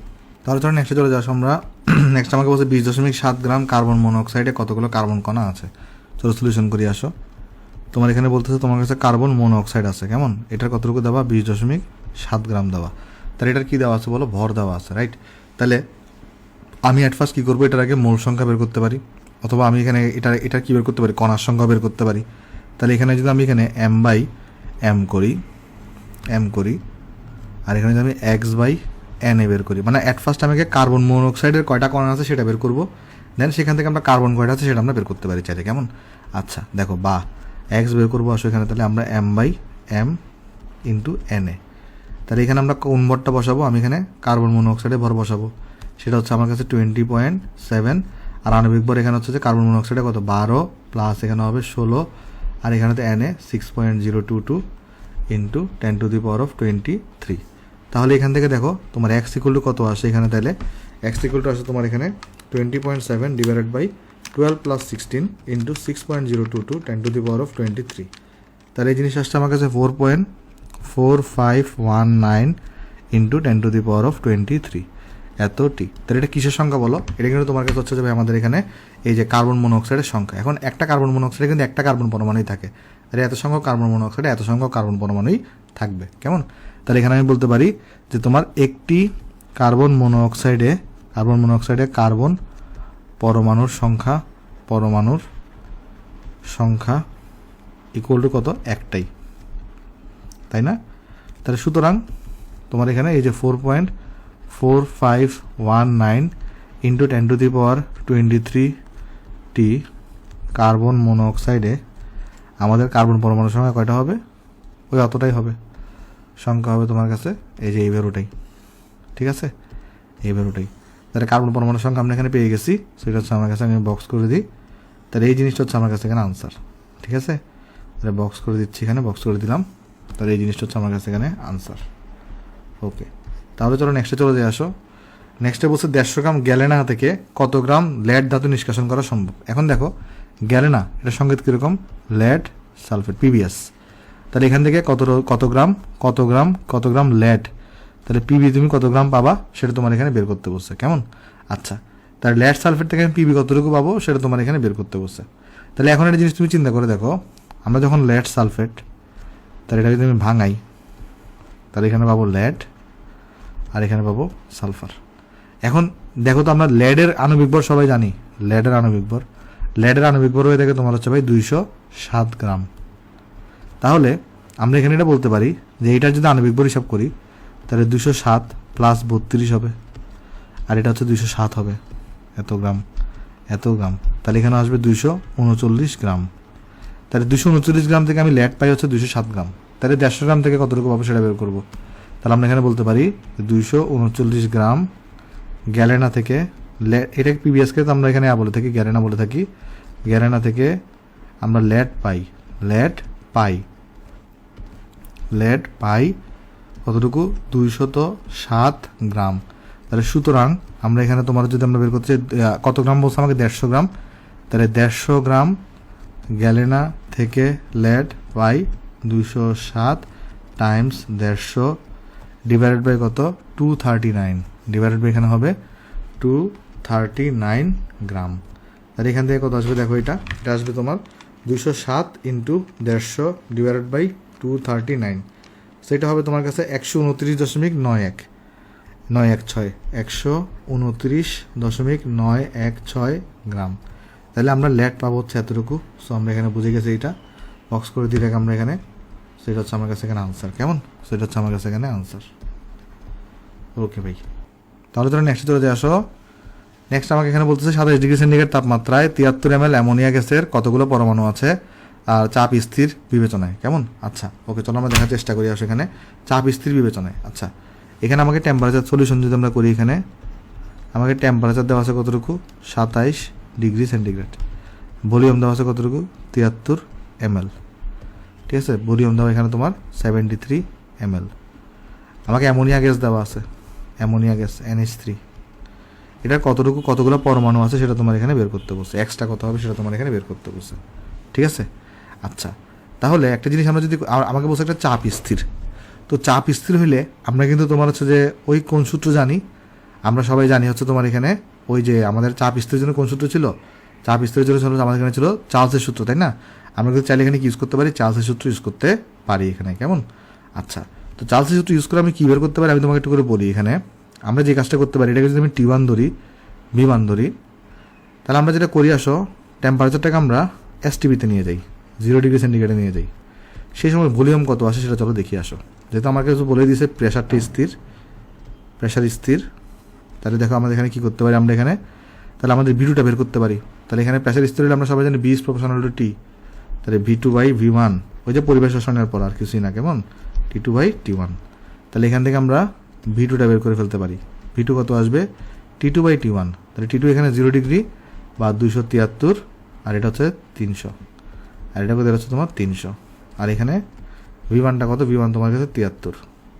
তাহলে দেখো তো এটা কত আসে তোমার, এটা আসবে তোমার 273 ডিভাইডেড বাই হচ্ছে যে 300 ইন্টু 73, তাহলে এটা আসছে 66.43 আমাদের এখানে মিলিলিটার আসছে।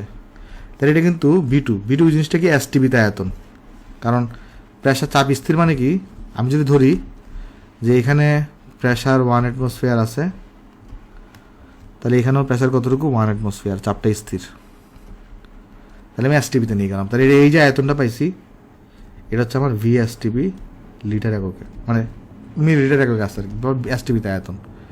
তাহলে এখন আমি যদি এখানে কোনো কারণে এই মোল সংখ্যা এখান থেকে এই ডাটা থেকে আমি তাহলে এখন মোল সংখ্যা বের করে ফেলতে পারি না? একটা জিনিস তুমি চিন্তা করো, তুমি চাপকে স্থির রাখছো, বাট তুমি এখানে কণার সংখ্যাকে চেঞ্জ করতেছো না, জাস্ট টেম্পারেচার ভলিউম চেঞ্জ করতেছো। কণার সংখ্যা তোমার ফিক্সডই থাকবে, কেমন, মানে এই কন্ডিশনে যে কণা থাকবে এই কন্ডিশনে কণা সেম থাকবে, কারণ তুমি বাইরে থেকে কোনো কণা অ্যাডও করতেছো না, আবার এখান থেকে কোনো কণা বেরও করতেছো না, কেমন। তাহলে এসটিপিতে আমি ভলিউম পেয়ে গেছি। এখন এসটিপিতে আমি ভলিউম পেয়ে গেলে আমি এখানে তাহলে মোল সংখ্যা বের করি, এখান থেকে কিন্তু আমি পরমাণু সংখ্যা বের করে ফেলতে পারি। তাহলে কীভাবে বের করতে পারি, আমরা সবাই জানি এন ইজগুলো কত হয়ে থাকে, ভিএসটিপি লিটার একক ডিভাইডেড বাই হয়ে থাকে এখানে 22.4, ডিভাইড হয়ে থাকে এখানে 22.4, আর এখানে হয়ে থাকে তোমার এক্স বাই এন এ হয়ে থাকবে। তাহলে এখান থেকে আমি এক্স বের করতে হবে, তাই না? তাহলে এখানে আসবে এক্সটা কত আসবে, এখানে আসবে তোমার ভিএসটিপি, অবশ্যই এটা লিটার এককে 22.4 ইন্টু এখানে আসবে এন এ। তাহলে এখানে যদি আমরা বের করতে চাই এক্স ইকুয়াল টু, তাহলে এখানে আসবে তোমার এই যে এসটিপি লিটার এককে কত 66.43, 1000 দিয়ে ভাগ করবো এটাকে আমরা 22.4 আসবে এখানে, আর এখানে আসবে 6.022 ইন্টু 10⁻23, ঠিক আছে? তাহলে এখান থেকে দেখো তুমি এক্সটা পেয়ে যাবা। দেখো এখান থেকে এক্স কত আসে, 66.43 ইন্টু 6.022 10⁻23 ডিভাইডেড বাই 1000,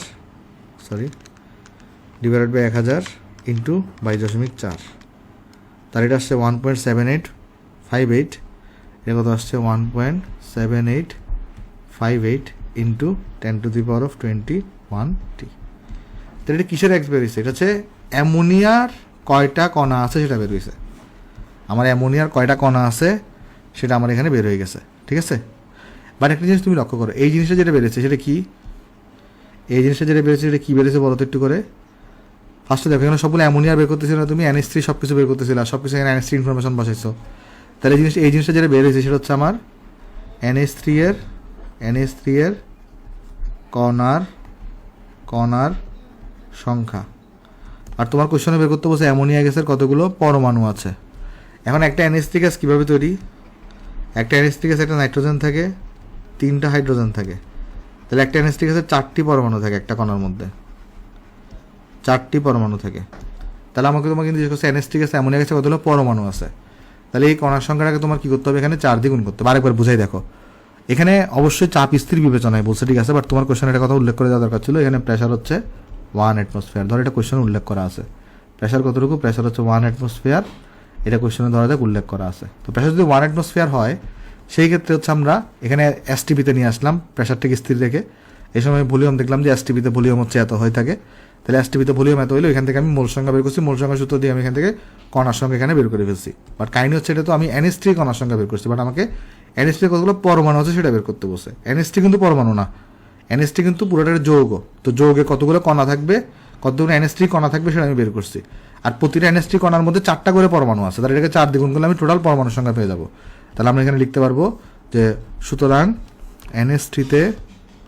NH3-তে সর্বমোট পরমাণুর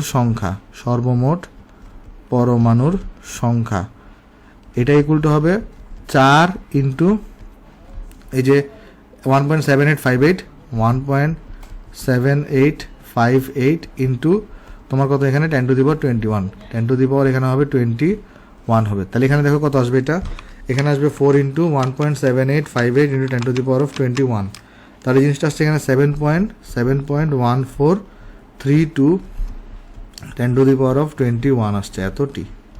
তাহলে পরমাণুর সংখ্যা হচ্ছে আমার এতটি, কেমন? সো হোপফুলি আমরা সবাই জিনিসটা এখানে বুঝতে পারছি। আমি এখানে বক্স করে দিয়ে আসো, এখানে বক্স করে দিলাম, তাহলে আমাদের এই জিনিসটা হচ্ছে এখানে আনসার, ঠিক আছে? আশা করি সবার কাছে এখানে ক্লিয়ার এখানে, কেমন? ওকে, তারপর চলো আমরা নেক্সটে চলে যাই। নেক্সট এই অঙ্কটাকে চলো আগের পৃষ্ঠা নিয়ে আসো।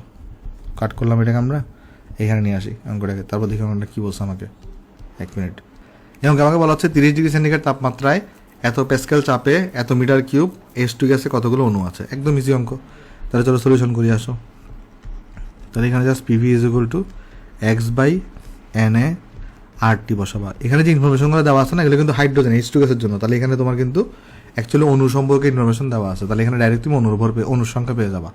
তাহলে এখান থেকে তুমি বসাই দিই, আমার এক্স বের করা লাগবে। তাহলে এটা হবে PV times Na divided by এখানে হবে RT ডিভাইডেড বাই এখানে হবে R ইন্টু টি। তাহলে এখানে দেখো আমার কত আসবে, এক্স ইকুয়াল টু আমার কাছে এখানে আসবে। এখানে প্রেশার কত, প্রেশার এখানে প্যাসকেলে দেওয়া আছে। সো প্রেশার এখানে দেওয়া 25.331। এখানে না এটা 10⁻³ হবে, এটাকে আমি 3 করে দিই পাওয়ার আকারে। এখানে 10⁻, এটা 3 হবে, এটা হবে 10⁻³ তাহলে 25.331 ইন্টু 10⁻³ ইন্টু 0.15 ইন্টু 6.022 ইন্টু 10⁻23। আর এখানে হবে RT, তো তাহলে আর এগুলো 8.314 বসাবা। আর এখানে তোমার টি টেম্পারেচার হচ্ছে 303। তাহলে এখান থেকে এক্স বেরিয়ে আসবে। তাহলে এক্স দেখো কত আসে এখানে, 25.331 into 10⁻³ into 0.15 into 6.022 10⁻23 divided by 8.314 into 303। তাহলে এটা আসছে তোমার আমাদের 9.083 ইন্টু, ধরো ঠিক করে লিখে এটাকে আমরা, এটা আসছে কত 9.083 ইন্টু 10⁻23 টি। তাহলে আমার এক্সের সংখ্যা এখানে চলে আসছে। কেমন? সো এটা হচ্ছে আমার এক্সের সংখ্যা। সো আমরা হোপফুলি সবাই বুঝতে পারছি। তো এটাকে বক্স করে দিয়ে আসো। তাহলে এটা আমার এখানে শেষ, ব্র্যাকেট শেষ। তাহলে এটা হচ্ছে আমার কাছে এখানে আনসার। কেমন? হোপফুলি সবাই অঙ্কটা আমরা এখানে বুঝতে পারছি। তাহলে চলো নেক্সটে চলে যাই। আসো আমরা নেক্সটে যাই। নেক্সট আমাকে দেখো বলতেছে কি 550 গ্রাম গ্রাফাইট কার্বন ব্যবহার করা হচ্ছে 3.5 পাতার অনুচ্ছেদ লিখতে। আচ্ছা 3.5 পাতার মানে 3 পাতার অর্ধেক। আচ্ছা না, সাড়ে মানে কি, সাড়ে মানে তো অর্ধেকই মনে হয়। হ্যাঁ আচ্ছা যাই হোক, তাহলে এই সাড়ে কথাটা তো মানে তো অর্ধেক, তাই না? 3.5 পাতা মানে হচ্ছে যে 3 পাতা আর হাফ। আচ্ছা প্রতি পাতায় 14টা করে লাইন আছে। তাহলে প্রতিটা লাইনে গড়ে কতগুলো কার্বন পরমাণু ব্যবহার করা হয়েছে। ঠিক আছে, ওকে। আমি তোমাকে চলো বুঝাই বলি। দেখো ধরো তোমার কাছে 3টা পেজ আছে, খেয়াল করো, এটা একটা পেজ, তো এখানে লক্ষ্য করি আসো আমরা। তাহলে এখানে আমার কাছে আরেকটা পেজ, এখানে আমার কাছে আরেকটা পেজ, আর 3.5 পাতা মানে 3 পাতা প্লাস হাফ। তাহলে একটা এখানে হাফ লিখছো তুমি, ঠিক আছে? তাহলে এখানে প্রতি পৃষ্ঠা প্রতিটাতে আবার 14টা করে লাইন আছে। তাহলে তুমি কয় লাইন লিখছো? এখানে লিখছো 14 লাইন, এখানে লিখছো 14 লাইন, এখানে লিখছো 14 লাইন, এখানে লিখছো 7 লাইন। তাহলে তোমার টোটাল কত লাইন হলো? তোমার হচ্ছে তোমার এখানে 42 প্লাস 49 লাইন হয়েছে, তাই না? তাহলে টোটাল লাইন এখানে কত হয়েছে? টোটাল লাইন হচ্ছে এখানে তোমার কাছে হচ্ছে যে 49টা।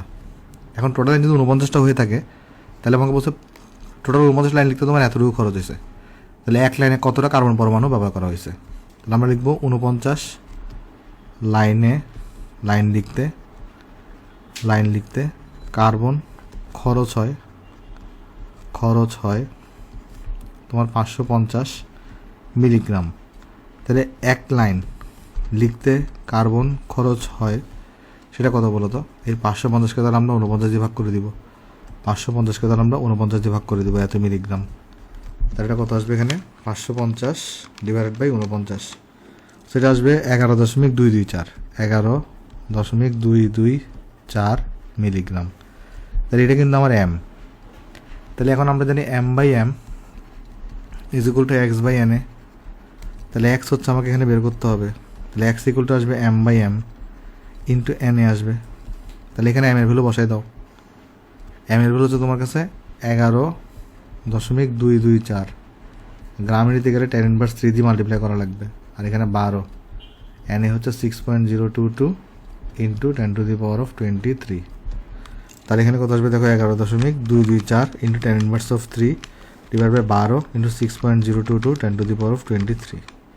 তাহলে এটা আসছে আমার কাছে 5.6325 ইন্টু 10⁻20 এত টি। ঠিক আছে, তাহলে এটা হচ্ছে আমার কাছে এখানে আনসার। তাহলে আমি বক্স করে দিই। এক সেকেন্ড ভাই, এই জিনিসটাকে তোর এখানে আমি বক্স করে দিই। এখানে আসো, ওকে। সো হোপফুলি সবাই অঙ্কটা এখানে আমরা বুঝতে পারছি, তাহলে এটা হচ্ছে আমার কাছে এখানে আনসার। আচ্ছা, এখানে তো সলিউশন লিখতে বলে গেছি, সলিউশন লিখে দিই। হ্যাঁ, তাহলে চলো আমরা নেক্সট অঙ্কে চলে যাই। আসো নেক্সট অঙ্কে যাই। নেক্সট অঙ্কে বলছে আমাকে 7.8 মিলিগ্রাম পানি প্রতি ঘন্টায় একটি পাত্র থেকে হারিয়ে যাচ্ছে বাষ্পীকরণের মাধ্যমে, তাহলে প্রতি সেকেন্ডে কতগুলো করে বাষ্পকণা তৈরি হচ্ছে। দুনিয়ার ইজি ম্যাথ, এগুলো তোমরা না পারবা। এখন তোমাকে আমি একটু করে দিতে হবে। দেখো এখানে অ্যাকচুয়ালি কী দিচ্ছে, এখানে ধরো একটা পাত্র আছে, এখান থেকে পাত্র থেকে আমাদের কি বলতেছে, প্রতি ঘন্টায় 7.8 মিলিগ্রাম পানি এখান থেকে হারিয়ে যাচ্ছে প্রতি ঘন্টায়, বাট আমাকে 1 সেকেন্ড হিসাব করতে হবে। এখন 1 ঘন্টা মানে কতটুকু, 1 ঘন্টা মানে তোমার এখান থেকে দেখো পানি কী হচ্ছে, বাষ্পীভূত হয়ে বেরো যাচ্ছে। ঠিক আছে, আমাকে 1 সেকেন্ডে কতটুকু পানি বের হচ্ছে সেটা হিসাব করতে হবে। তাহলে আমরা বলবো 3600 সেকেন্ড। এখানে পানি বাষ্পীকরণ হচ্ছে কতটুকু, পানি বাষ্পীকরণ হচ্ছে তোমার এখানে 7.8 মিলিগ্রাম। তাহলে 1 সেকেন্ডে পানি বাষ্পীকরণ কতটুকু হবে, 7.8 ডিভাইডেড বাই 3600 মিলিগ্রাম। তাহলে দেখো এখানে কত আসবে, 7.8 ডিভাইড বাই 3600, তাহলে এখানে আসবে 2.1667 ইন্টু 10⁻³ মিলিগ্রাম। তাহলে এতটুকু পানি বাষ্পীকরণ হবে। কেমন, তাহলে এটা আমাকে ভর দেওয়া আছে, আর এখানে তাহলে কণা কটা দেখতে হবে আমাকে। এখানে পানি মানে কি, এখানে আণবিক ভর হচ্ছে 18 হবে। তাহলে এখানে m/m = x/na। তাহলে এখানে আমাদের x = দাঁড়াবে m/m টাইমস এখানে na। তাহলে এখানে দেখো আমাদের x = আসবে আমাদের এখানে m কত, m হচ্ছে আমরা বের করে ফেলছি এখানে 2.1667, 10⁻³ এর সাথে আরও 10⁻³ গুণ হবে গ্রামে নেওয়ার জন্য। ঠিক আছে, আচ্ছা, এরপর এখানে বড় হাতের m কত বসাবো, 18, কারণ পানির কথা বলছে। তারপর এখানে এনে বসাবো 6.022 ইন্টু 10⁻23। তাহলে এখান থেকে সুন্দর মধ্যে আমাদের x চলে আসবে। দেখো এটা কত আসবে, এখানে এটা আসবে answer into 10⁻³ divided by 18 into 6.022 10⁻23। তাহলে এটা আসছে আমাদের 7.2487 ইন্টু 10⁻16 এত টি। তাহলে প্রতি সেকেন্ডে এতটি করে পানি কি হচ্ছে, বাষ্পীকরণ হচ্ছে। কেমন, সো হোপফুলি অঙ্কটা আমরা সবাই বুঝতে পারছি। আমি বক্স করে দিলাম। তাহলে এই জিনিসটা হচ্ছে আমার কাছে এখানে আনসার। ওকে, তাহলে চলো নেক্সট চলে যাই আমরা। আসো নেক্সট আমাদের স্টার্ট হবে আমাদের যৌগের সংকেত। কেমন, তো আমাদের একটা যৌগে 2 ধরনের সংকেত থাকে। আমরা যদি এখানে লিখি যৌগের সংকেত, আমাদের একটা যৌগে 2 ধরনের সংকেত থাকে। ঠিক আছে, যৌগের সংকেত যদি আমরা লিখি তাহলে আমাদের একটা যৌগে 2 ধরনের সংকেত থাকে। একটাকে আমরা বলি স্থূল সংকেত, একটাকে আমরা বলি আণবিক সংকেত। তাহলে একটাকে আমরা কি বলবো, স্থূল, একটাকে বলবো আণবিক। কেমন, তাহলে দেখো এখানে আমি লিখে দিই। তাহলে একটাকে আমরা বলবো তোমার এখানে স্থূল সংকেত, আর আরেকটাকে আমরা বলবো এখানে আণবিক সংকেত। ওকে, তাহলে একটাকে আমরা বলবো স্থূল সংকেত, একটাকে আমরা বলবো আণবিক সংকেত। আচ্ছা, এখন কোয়েশ্চেন হচ্ছে স্থূল সংকেত কোনটা আর আণবিক সংকেত কোনটা, চলো দেখার চেষ্টা করি। এখানে আমি যদি বেনজিনকে লিখি, বেনজিনের সংকেত দিতেছে C6H6। আবার যদি আমি ইথাইনকে লিখি, ইথাইনের সংকেত হচ্ছে আমাদের C2H2। এগুলো যেগুলো লিখলাম না, এগুলো হচ্ছে সবগুলো আণবিক সংকেত। এগুলো হচ্ছে সবগুলো কি বলো, আণবিক সংকেত। আর স্থূল সংকেত মানে হচ্ছে এই সংকেতগুলোকে যতটা ছোট করে লেখা যায়। যেমন এই দুইটারই স্থূল সংকেত হবে শুধুমাত্র তোমার এখানে কত বলো তো, CH। কেন, কারণ চিন্তা করে দেখো এখানে 6 আছে, তুমি 6 দিয়ে ভাগ করো, তাহলে CH থাকবে। মানে মূল উপাদানটা লিখতে হবে, সেটা হচ্ছে স্থূল সংকেত, আর টোটালটাকে মিলে লিখলাম আমরা, সেটা পাই হচ্ছে আণবিক সংকেত। কেমন, আচ্ছা, আশা করি সবাই জিনিসটা এখানে আমরা বুঝতে পারছি। তাহলে আমাদের স্থূল সংকেত হচ্ছে কি, ওই যে সংক্ষিপ্ত জিনিসটা, আর আমাদের তোমার হচ্ছে এখানে আণবিক সংকেত জিনিসটা কি, পুরা জিনিসটা। কেমন, তাহলে আমাদের কাছে এগুলো কিন্তু তোমার সবগুলো আণবিক সংকেত, বাট এটা যেটা আছে আমাদের CH, এটা হচ্ছে আমাদের স্থূল সংকেত। কেমন, হোপফুলি সবাই জিনিসটা আমরা এখানে বুঝতে পারছি। আচ্ছা, একটা সূত্র আছে আমাদের, সেই সূত্রটা হচ্ছে আণবিক ভর এটা ইকুয়াল টু হয়ে থাকে স্থূল সংকেতের ভর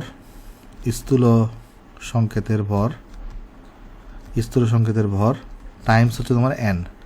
স্থূল সংকেতের ভর ইন্টু কত হয়ে থাকে, n হয়ে থাকে। কেমন, আচ্ছা, তো এখানে যে ঘটনাটা হয়, তাহলে এই সূত্রটা আমি একটু বক্স করে দিই আগে, পরে এটা নিয়ে আলোচনা করতেছি। তাহলে একটা সূত্র থাকে, সেই সূত্রটা কত, আণবিক ভর ইজ ইকুয়াল টু স্থূল সংকেতের ভর ইন্টু n থাকে। তো এখানে আমাদের যেটা ঘটনা ঘটবে, আমাদের তোমার আণবিক ভরটা কোয়েশ্চনে দেওয়া থাকবে, আণবিক ভরটা প্রশ্নে দেয়া থাকে। তারপরে এই জিনিসটা আমরা ছক হতে বের করব,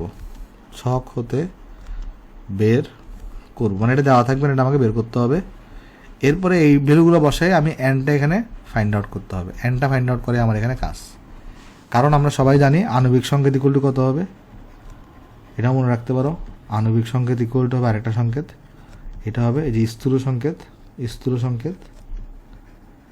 সংকেত, আর এখানে আমরা এন লাগাই দিব, এখানে আমরা কত লাগাই দিব, এনকে আমরা লাগাই দিব। কেমন আণবিক সংকেত এখানে কত, স্থূল সংকেত আর হচ্ছে এন। যেমন কীরকম, চলো আমি তোমাকে এই জিনিসটা এখানে নিয়ে আসি, আমি তোমাকে চলো দেখাই আসো। তাহলে আমি যেমনটা বলতেছিলাম এখানে দেখো, তাহলে এখানে দুটো সূত্র আমরা শিখলাম, একটা হচ্ছে আণবিক ভর ইজ ইকুয়াল টু স্থূল সংকেতের ভর ইন্টু এন, আর একটা হচ্ছে আণবিক সংকেত ইকুয়াল টু স্থূল সংকেত, আর এখানে এন বসে যায় একটা। তো আমি তোমাকে চলো উদাহরণ দিয়ে বুঝাই। দেখো স্থূল সংকেত যেটা এটা আছে, এটার ভর কত, কার্বন হচ্ছে 12, হাইড্রোজেন হচ্ছে 1, তাহলে এটার ভর হচ্ছে 13। আচ্ছা এটার ভর কত, আণবিক সংকেতের ভর, এখানে 2টা কার্বন আছে তাহলে 24, প্লাস হচ্ছে 2টা হাইড্রোজেন তাহলে 2, তাহলে এটা ভর হচ্ছে 26। তাহলে এখন 26 ইকুয়াল টু কত হবে, স্থূল সংকেতের ভর ইন্টু এন, তাহলে এই ক্ষেত্রে এন ইকুয়াল টু 2 আসবে না। তো তুমি তো এখানে দেখো তো CH, এটার পরে তুমি 2 লাগাই দাও, তাহলে লিখতে পারো তুমি C2H2। এই যে দেখো তুমি কিন্তু এখানে কী পেয়ে গেছো, ইথাইনের আণবিক সংকেত পেয়ে গেছো। তাহলে স্থূল সংকেতের এখানে যদি আমি এনটাকে বসাই দিই, তাহলে আমরা এখানে আমাদের কী পেয়ে যাই, আণবিক সংকেত পেয়ে যাই। সেম তুমি এই ঘটনা করতে পারতা এখানে। এটার ভর কত, এটার ভর কত হবে, 6 ইন্টু 12 হবে, কারণ 6 কার্বন। তাহলে আমাদের জানি আমরা 12 ইন্টু 6 মানে হচ্ছে 60, তাহলে এখানে হবে 72, প্লাস এখানে 6 মানে এখানে হবে 78, তাই না?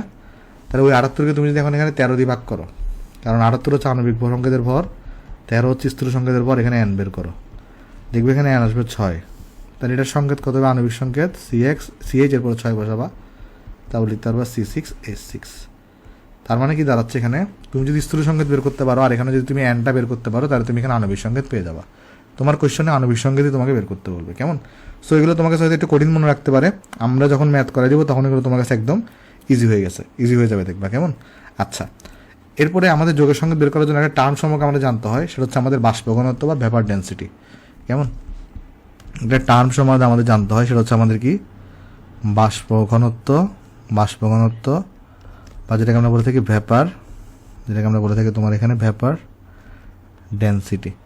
এরপরে হচ্ছে আমরা যোগের সংকেতের ম্যাথগুলো করতে পারবো, কেমন? তো আগে দুটো এটা সংখ্যার সম্পর্কে তোমার জানাই দিই একটু করে আমি, যে বাষ্প ঘনত্ব বলতে আমরা কী বুঝে থাকি, ঠিক আছে?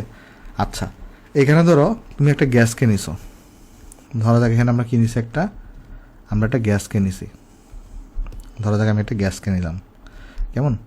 তো এই গ্যাসের ধরো একটা পার্টিকুলার ভলিউমের জন্য, V1 ভলিউমের জন্য এর ধরো একটা ভর আছে যেটাকে আমরা M1 বলতে পারি, যেটাকে আমরা কি বলতে পারি, যেটাকে আমরা M1 বলতে পারি। আর ধরো তুমি এখানে H2 গ্যাসকে নিছো, হাইড্রোজেন গ্যাসকে নিছো, তো সেইটারও সেম ভলিউমের জন্য, মানে একই আয়তনের জন্য, নির্দিষ্ট আয়তনের জন্য তুমি যদি এখানে কী করো, হাইড্রোজেনের যদি ভর মেজার করো, যেটাকে ধরা যাক আমি M হাইড্রোজেন বলতে পারি, আর এটাকে আমি M1 না বলে M গ্যাস বললাম, M গ্যাস বলি আসো। তাহলে কী করলাম, আমি এখানে যে কোনো একটা গ্যাসকে নিলাম, তার একটা পার্টিকুলার ভলিউমে দেখলাম যে তার ভর হচ্ছে M গ্যাস, আর সেই সেম ভলিউমে হাইড্রোজেনের ভর ধরে MH আসতেছে। তো বাষ্প ঘনত্ব বলতে বোঝায় এই যে M গ্যাস আর MH এর অনুপাত। তাহলে অ্যাকচুয়ালি বাষ্প ঘনত্ব এখানে কী হবে, তাহলে আমি আগে প্রথমে তোমাকে সূত্রগুলো লিখে দিচ্ছি, পরে আমি তোমাকে এটা মানে সংখ্যাটাকে লিখে দেবো। তাহলে বাষ্প ঘনত্ব ইকুয়ালটা হবে তোমার কাছে এখানে কত বলো তো, M gas divided by MH। তাহলে বাষ্প ঘনত্ব আসলে কাজটা কি, বাষ্প ঘনত্ব দ্বারা আসলে ওই গ্যাসটা হাইড্রোজেন অপেক্ষা কতটুকু ভারী তা বোঝা যায়। তাহলে বাষ্প ঘনত্ব দ্বারা আসলে কি বোঝা যায়, ওই গ্যাসটা আমাদের হাইড্রোজেন অপেক্ষা কতটুকু ভারী সেটা আসলে বোঝা যায়। আরেকবার বোঝাই বলি, তুমি কি করো, একটা গ্যাসের পার্টিকুলার ভলিউম নাও, তো সেই ভলিউমের ভরটা মেজার করো, সেই ভলিউমে হাইড্রোজেনের ভরটা মেজার করো, এবং দুইটা ভরে তুমি অনুপাত বের করো। তো যে অনুপাতটা পাবা সেটাকে আমরা বলে থাকি বাষ্প ঘনত্ব, ঠিক আছে? তাহলে আমরা এখানে বাষ্প ঘনত্ব তোমাকে যদি গুরুত্ব জিজ্ঞেস করে, তাহলে আমরা বলতে পারবো কি বলতো, বাষ্প ঘনত্ব দ্বারা ওই গ্যাসটি হাইড্রোজেন H2 অপেক্ষা কত কত ভারী তা বোঝা যায়। ঠিক আছে। আচ্ছা, তো এরপরে যদি আমরা যাই আসো, তাহলে এখন ডেফিনেশন যদি লিখতে চাই, তাহলে ডেফিনেশন আমরা কি লিখবো, যে কোনো নির্দিষ্ট গ্যাসের নির্দিষ্ট আয়তনের ভর এবং সময় আয়তনের হাইড্রোজেন গ্যাসের ভরের অনুপাতকে বাষ্প ঘনত্ব বলে। তাহলে ডেফিনেশন কী হবে এখানে, যে কোনো একটি গ্যাসের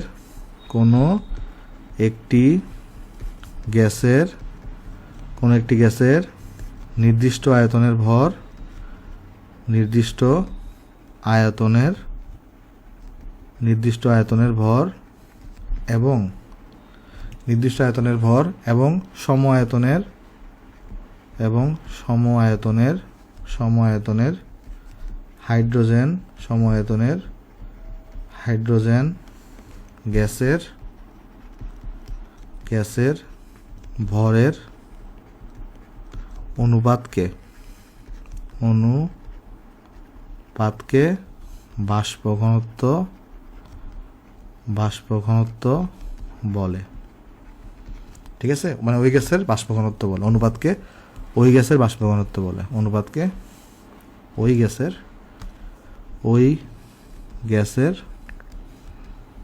বাষ্প ঘনত্ব বলে। এখন তুমি যদি কোনো একটা গ্যাসের বাষ্প ঘনত্ব জানো, তাহলে তুমি আসলে কি করতে পারো জানো, ওই গ্যাসটা আণবিক ভর কত সেটা তুমি বের করে ফেলতে পারো।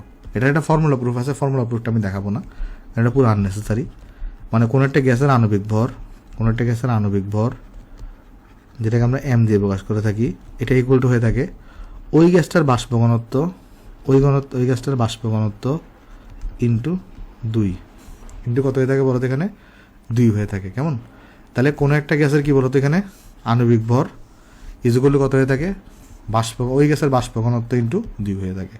তাহলে এই জিনিসটা একটু শিখে রাখো। আচ্ছা, এখানে MH না দিই MH2 দিই, কারণ এখানে H2 গ্যাস বোঝায়। কেমন?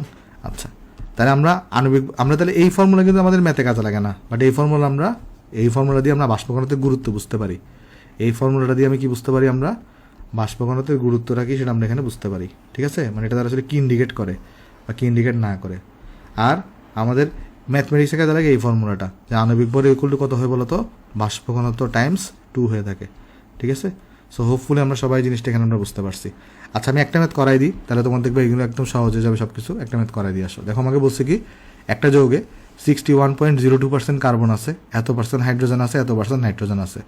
এই যৌগের 1 লিটারের ভর যদি তোমার এত হয় এসটিপিতে, তাহলে আণবিক সংকেত কত? এখন আণবিক ভর মানে কি, এসটিপিতে 22.4 লিটার গ্যাসের ভরকে আমরা কি বলে থাকি, আণবিক ভর বলে থাকি। এখন এসটিপিতে 1 লিটারের ভর দেওয়া আছে, তাহলে আণবিক ভর তোমাকে বের করতে হবে। তাহলে আমরা যখন সলিউশন করি, আমি তোমাকে বলছি যে আণবিক ভরটা তোমার কোশ্চেনে দেওয়া থাকবে, এখানে ইনডাইরেক্টলি দেওয়া আছে, আগে বের করতে হবে। চলো সলিউশন করি, আসো সলিউশন। এখানে কোশ্চেনে কি দিয়েছে, এসটিপিতে এই যৌগের 1 লিটারের ভর এত গ্রাম এসটিপিতে, তাহলে আমরা বলতে পারি এসটিপিতে এখানে 1 লিটার যৌগের ভর দেওয়া আছে 2.63 গ্রাম। তাহলে এসটিপিতে 22.4 লিটার যৌগের ভর 2.63 ইন্টু 22.4 গ্রাম হবে। তাহলে আসবে এখানে কত দেখো, 2.63 ইন্টু 22.4, তাহলে আসছে 58.912 গ্রাম। তাহলে এটাই কিন্তু হচ্ছে আমার আণবিক ভর, এটাই হচ্ছে আমার আণবিক ভর। আর গ্রাম এককে লিখবো না আর কি, কেমন? এটা হচ্ছে আমার আণবিক ভর। তাহলে এটা কিন্তু আমরা আণবিক ভরটা এখানে আমরা পেয়ে গেছি। ওকে, সো এখন আমাদের কাজটা কি, আমাদের হচ্ছে যে আণবিক সংকেত বের করতে হবে। এখন আণবিক সংকেত বের করার জন্য অ্যাট ফার্স্ট দেখো তোমার স্থূল সংকেতটা লাগবে। তাহলে এটাও কিন্তু একটা ফর্মুলা আমাদের, তাহলে এটা কতটা নোট ডাউন করে দিই। এটা আমাদের একটা ফর্মুলা, যেমন এটা আমাদের তার একটা ফর্মুলা। তাহলে আমাদের আণবিক সংকেত বের করার জন্য স্থূল সংকেত লাগবে, আর এখানে এনের ভ্যালু লাগবে। তাহলে আগে স্থূল সংকেত বের করবো। এখন স্থূল সংকেতটা আমরা একটা ছকের মাধ্যমে বের করতে পারি। কেমন? তো সেই ছকটা কীভাবে তৈরি করে চলো আমি তোমাকে দেখাই দিয়ে আসো। একটা ছক তৈরি করবো আমরা এখানে আমরা একটা ছক রেডি করবো। ওকে, এখানে একটা ছক রেডি করবো আমরা। তো এই ছকে আমরা এখানে চলো একটা দাগ দিয়ে দিই। তো এই ছকে দেখো কী থাকে, এখানে আমরা লিখবো মৌলগুলা, কী কী মৌল আছে। এরপর আমরা এখানে লিখবো পার্সেন্টেজ অফ পরিমাণ, কী কী পরিমাণ দেওয়া আছে। এরপর আমরা লিখবো এখানে পারমাণবিক ভর দ্বারা ভাগ করে। এরপর আমরা লিখবো এখানে, আমরা একটা কাজ করি, এখানে নিয়ে আসি এগুলোকে একটু করে জায়গা দ্বারা পাবো। এক সেকেন্ড, আমরা তাহলে চলো এটাকে একটু করে ডাক দিয়ে দিই এখানে। ঠিক আছে, তারপর চলো আমরা এটাকে একটু করে পাশে নিয়ে আসি। ওকে, ঠিক আছে। তাহলে দেখো এখন আমরা এখানে যেটা করতেছি, আমরা উপরে হেডলাইন দিব তোমার এখানে ধরো মৌল, আর এখানে দিলাম পার্সেন্টেজ অফ পরিমাণ। তারপর এখানে আমরা দিব পারমাণবিক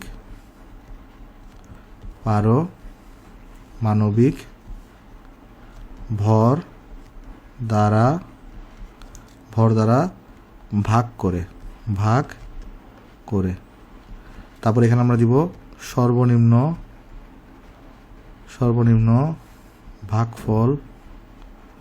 ভাগফল দ্বারা ভাগ করে। ভাই একটা যদি বুঝো না সব পারবা তুমি এখানে। আর এরপর আমরা এখানে দিব স্থূল সংকেত। দেখো এখানে কি কি মৌল আছে, কার্বন আছে, তারপরে হাইড্রোজেন আছে, তারপরে নাইট্রোজেন আছে, ঠিক আছে। তাহলে একটা কাজ করি, আসলে আমরা এখানে সবগুলো চলে আগে ঘরগুলো ফিল আপ করে দিই। কার্বন আছে এখানে, তারপর এখানে তোমার হাইড্রোজেন আছে এখানে, তারপর তোমার এখানে নাইট্রোজেন আছে। ওকে, এই জিনিসগুলো তোমার কাছে এখানে আছে। আচ্ছা, আমি চলো এখানে বক্স করি, এখানে বক্সটা করে দিই। এক সেকেন্ড, এটা একটু বেশি মুছে গেছে, ঠিক করে দিই এটা। হ্যাঁ, দাঁড়াও এক সেকেন্ড ভাই। ওকে, হ্যাঁ, এবার দেখো আজ দেখাই।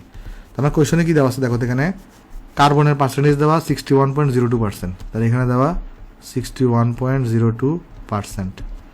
হাইড্রোজেনে দেওয়া 15.25%, 15.25%। তারপর দেওয়া 23.73%। এবার হচ্ছে পারমাণবিক ভর দ্বারা ভাগ করে। দেখো তো, এই 61.02কে তাহলে আমার কত দিয়ে ভাগ করতে হবে? এখানে 12 দিয়ে ভাগ করতে হবে।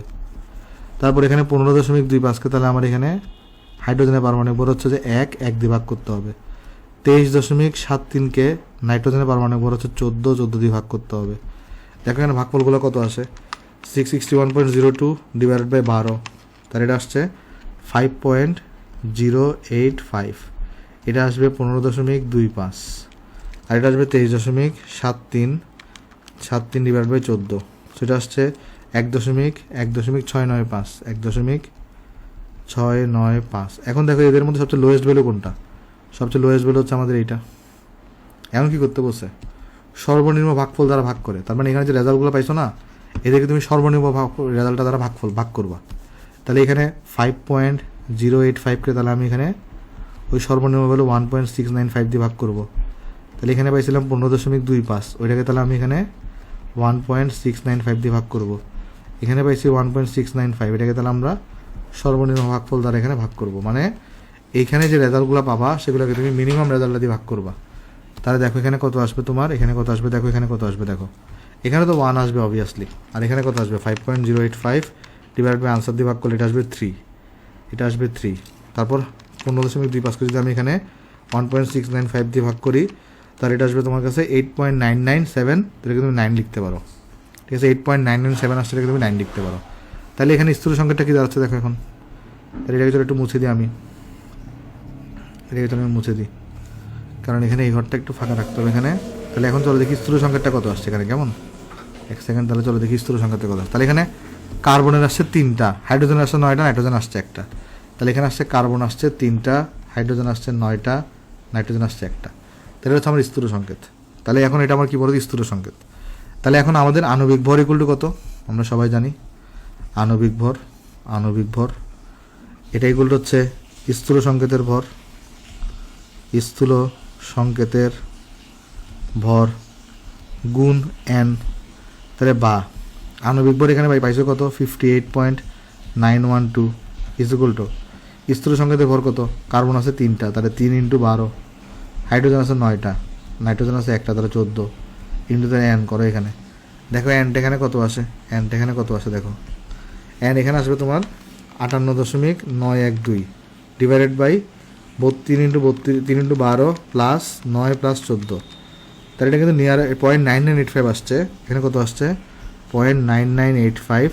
এটাকে নিয়ার অ্যাবাউট আমরা 1 ধরতে পারি, এটাকে নিয়ার অ্যাবাউট আমরা কত ধরতে পারি? এখানে 1 ধরে নিতে পারি। তাহলে এখানে আমার আণবিক সংকেতটা কত হবে? আমার এখানে আণবিক সংকেত এটা হবে স্থূল সংকেত, তার মানে C3H9n। এখানে n এগুলো বসাই 1 বসাই দিই, n এগুলো এখানে কত বসে? এখানে বসে 1 হবে। তাহলে বা আলটিমেটলি 1 থাকাতে কোনো কিছুর সাথে গুণ হইলে তো সেটাই থাকবে, তাহলে C3H9n থাকবে। ধরো n এগুলো যদি 2 আসতো, তাহলে আণবিক সংকেত দিত C6H18n2, বাট এখানে এই সুযোগটা নেই, এন এ ভ্যালু 1 আসছে মানে 1 সবাইকে গুণ করলে ওইটাই থাকবে। তাহলে আমার আনসার কিন্তু এখানে আণবিক সংখ্যার আনসার কিন্তু আমার এটা, ঠিক আছে, আমার এখানে আণবিক সংখ্যার আনসার হচ্ছে আমাদের এই জিনিসটা। তাহলে এটা হচ্ছে আমার কাছে এখানে আনসার। ওকে, সো আমি আশা করতেছি এবং করে তোমরা সবাই বুঝতে পারছো। আজকে আসলে আমরা লেকচারটাকে বড় না করি, আমরা নেক্সট লেকচারে বাকি যোগের সঙ্গে অঙ্কগুলো করবো। তাহলে সবাই ভালো থাকবেন, আসসালামু আলাইকুম।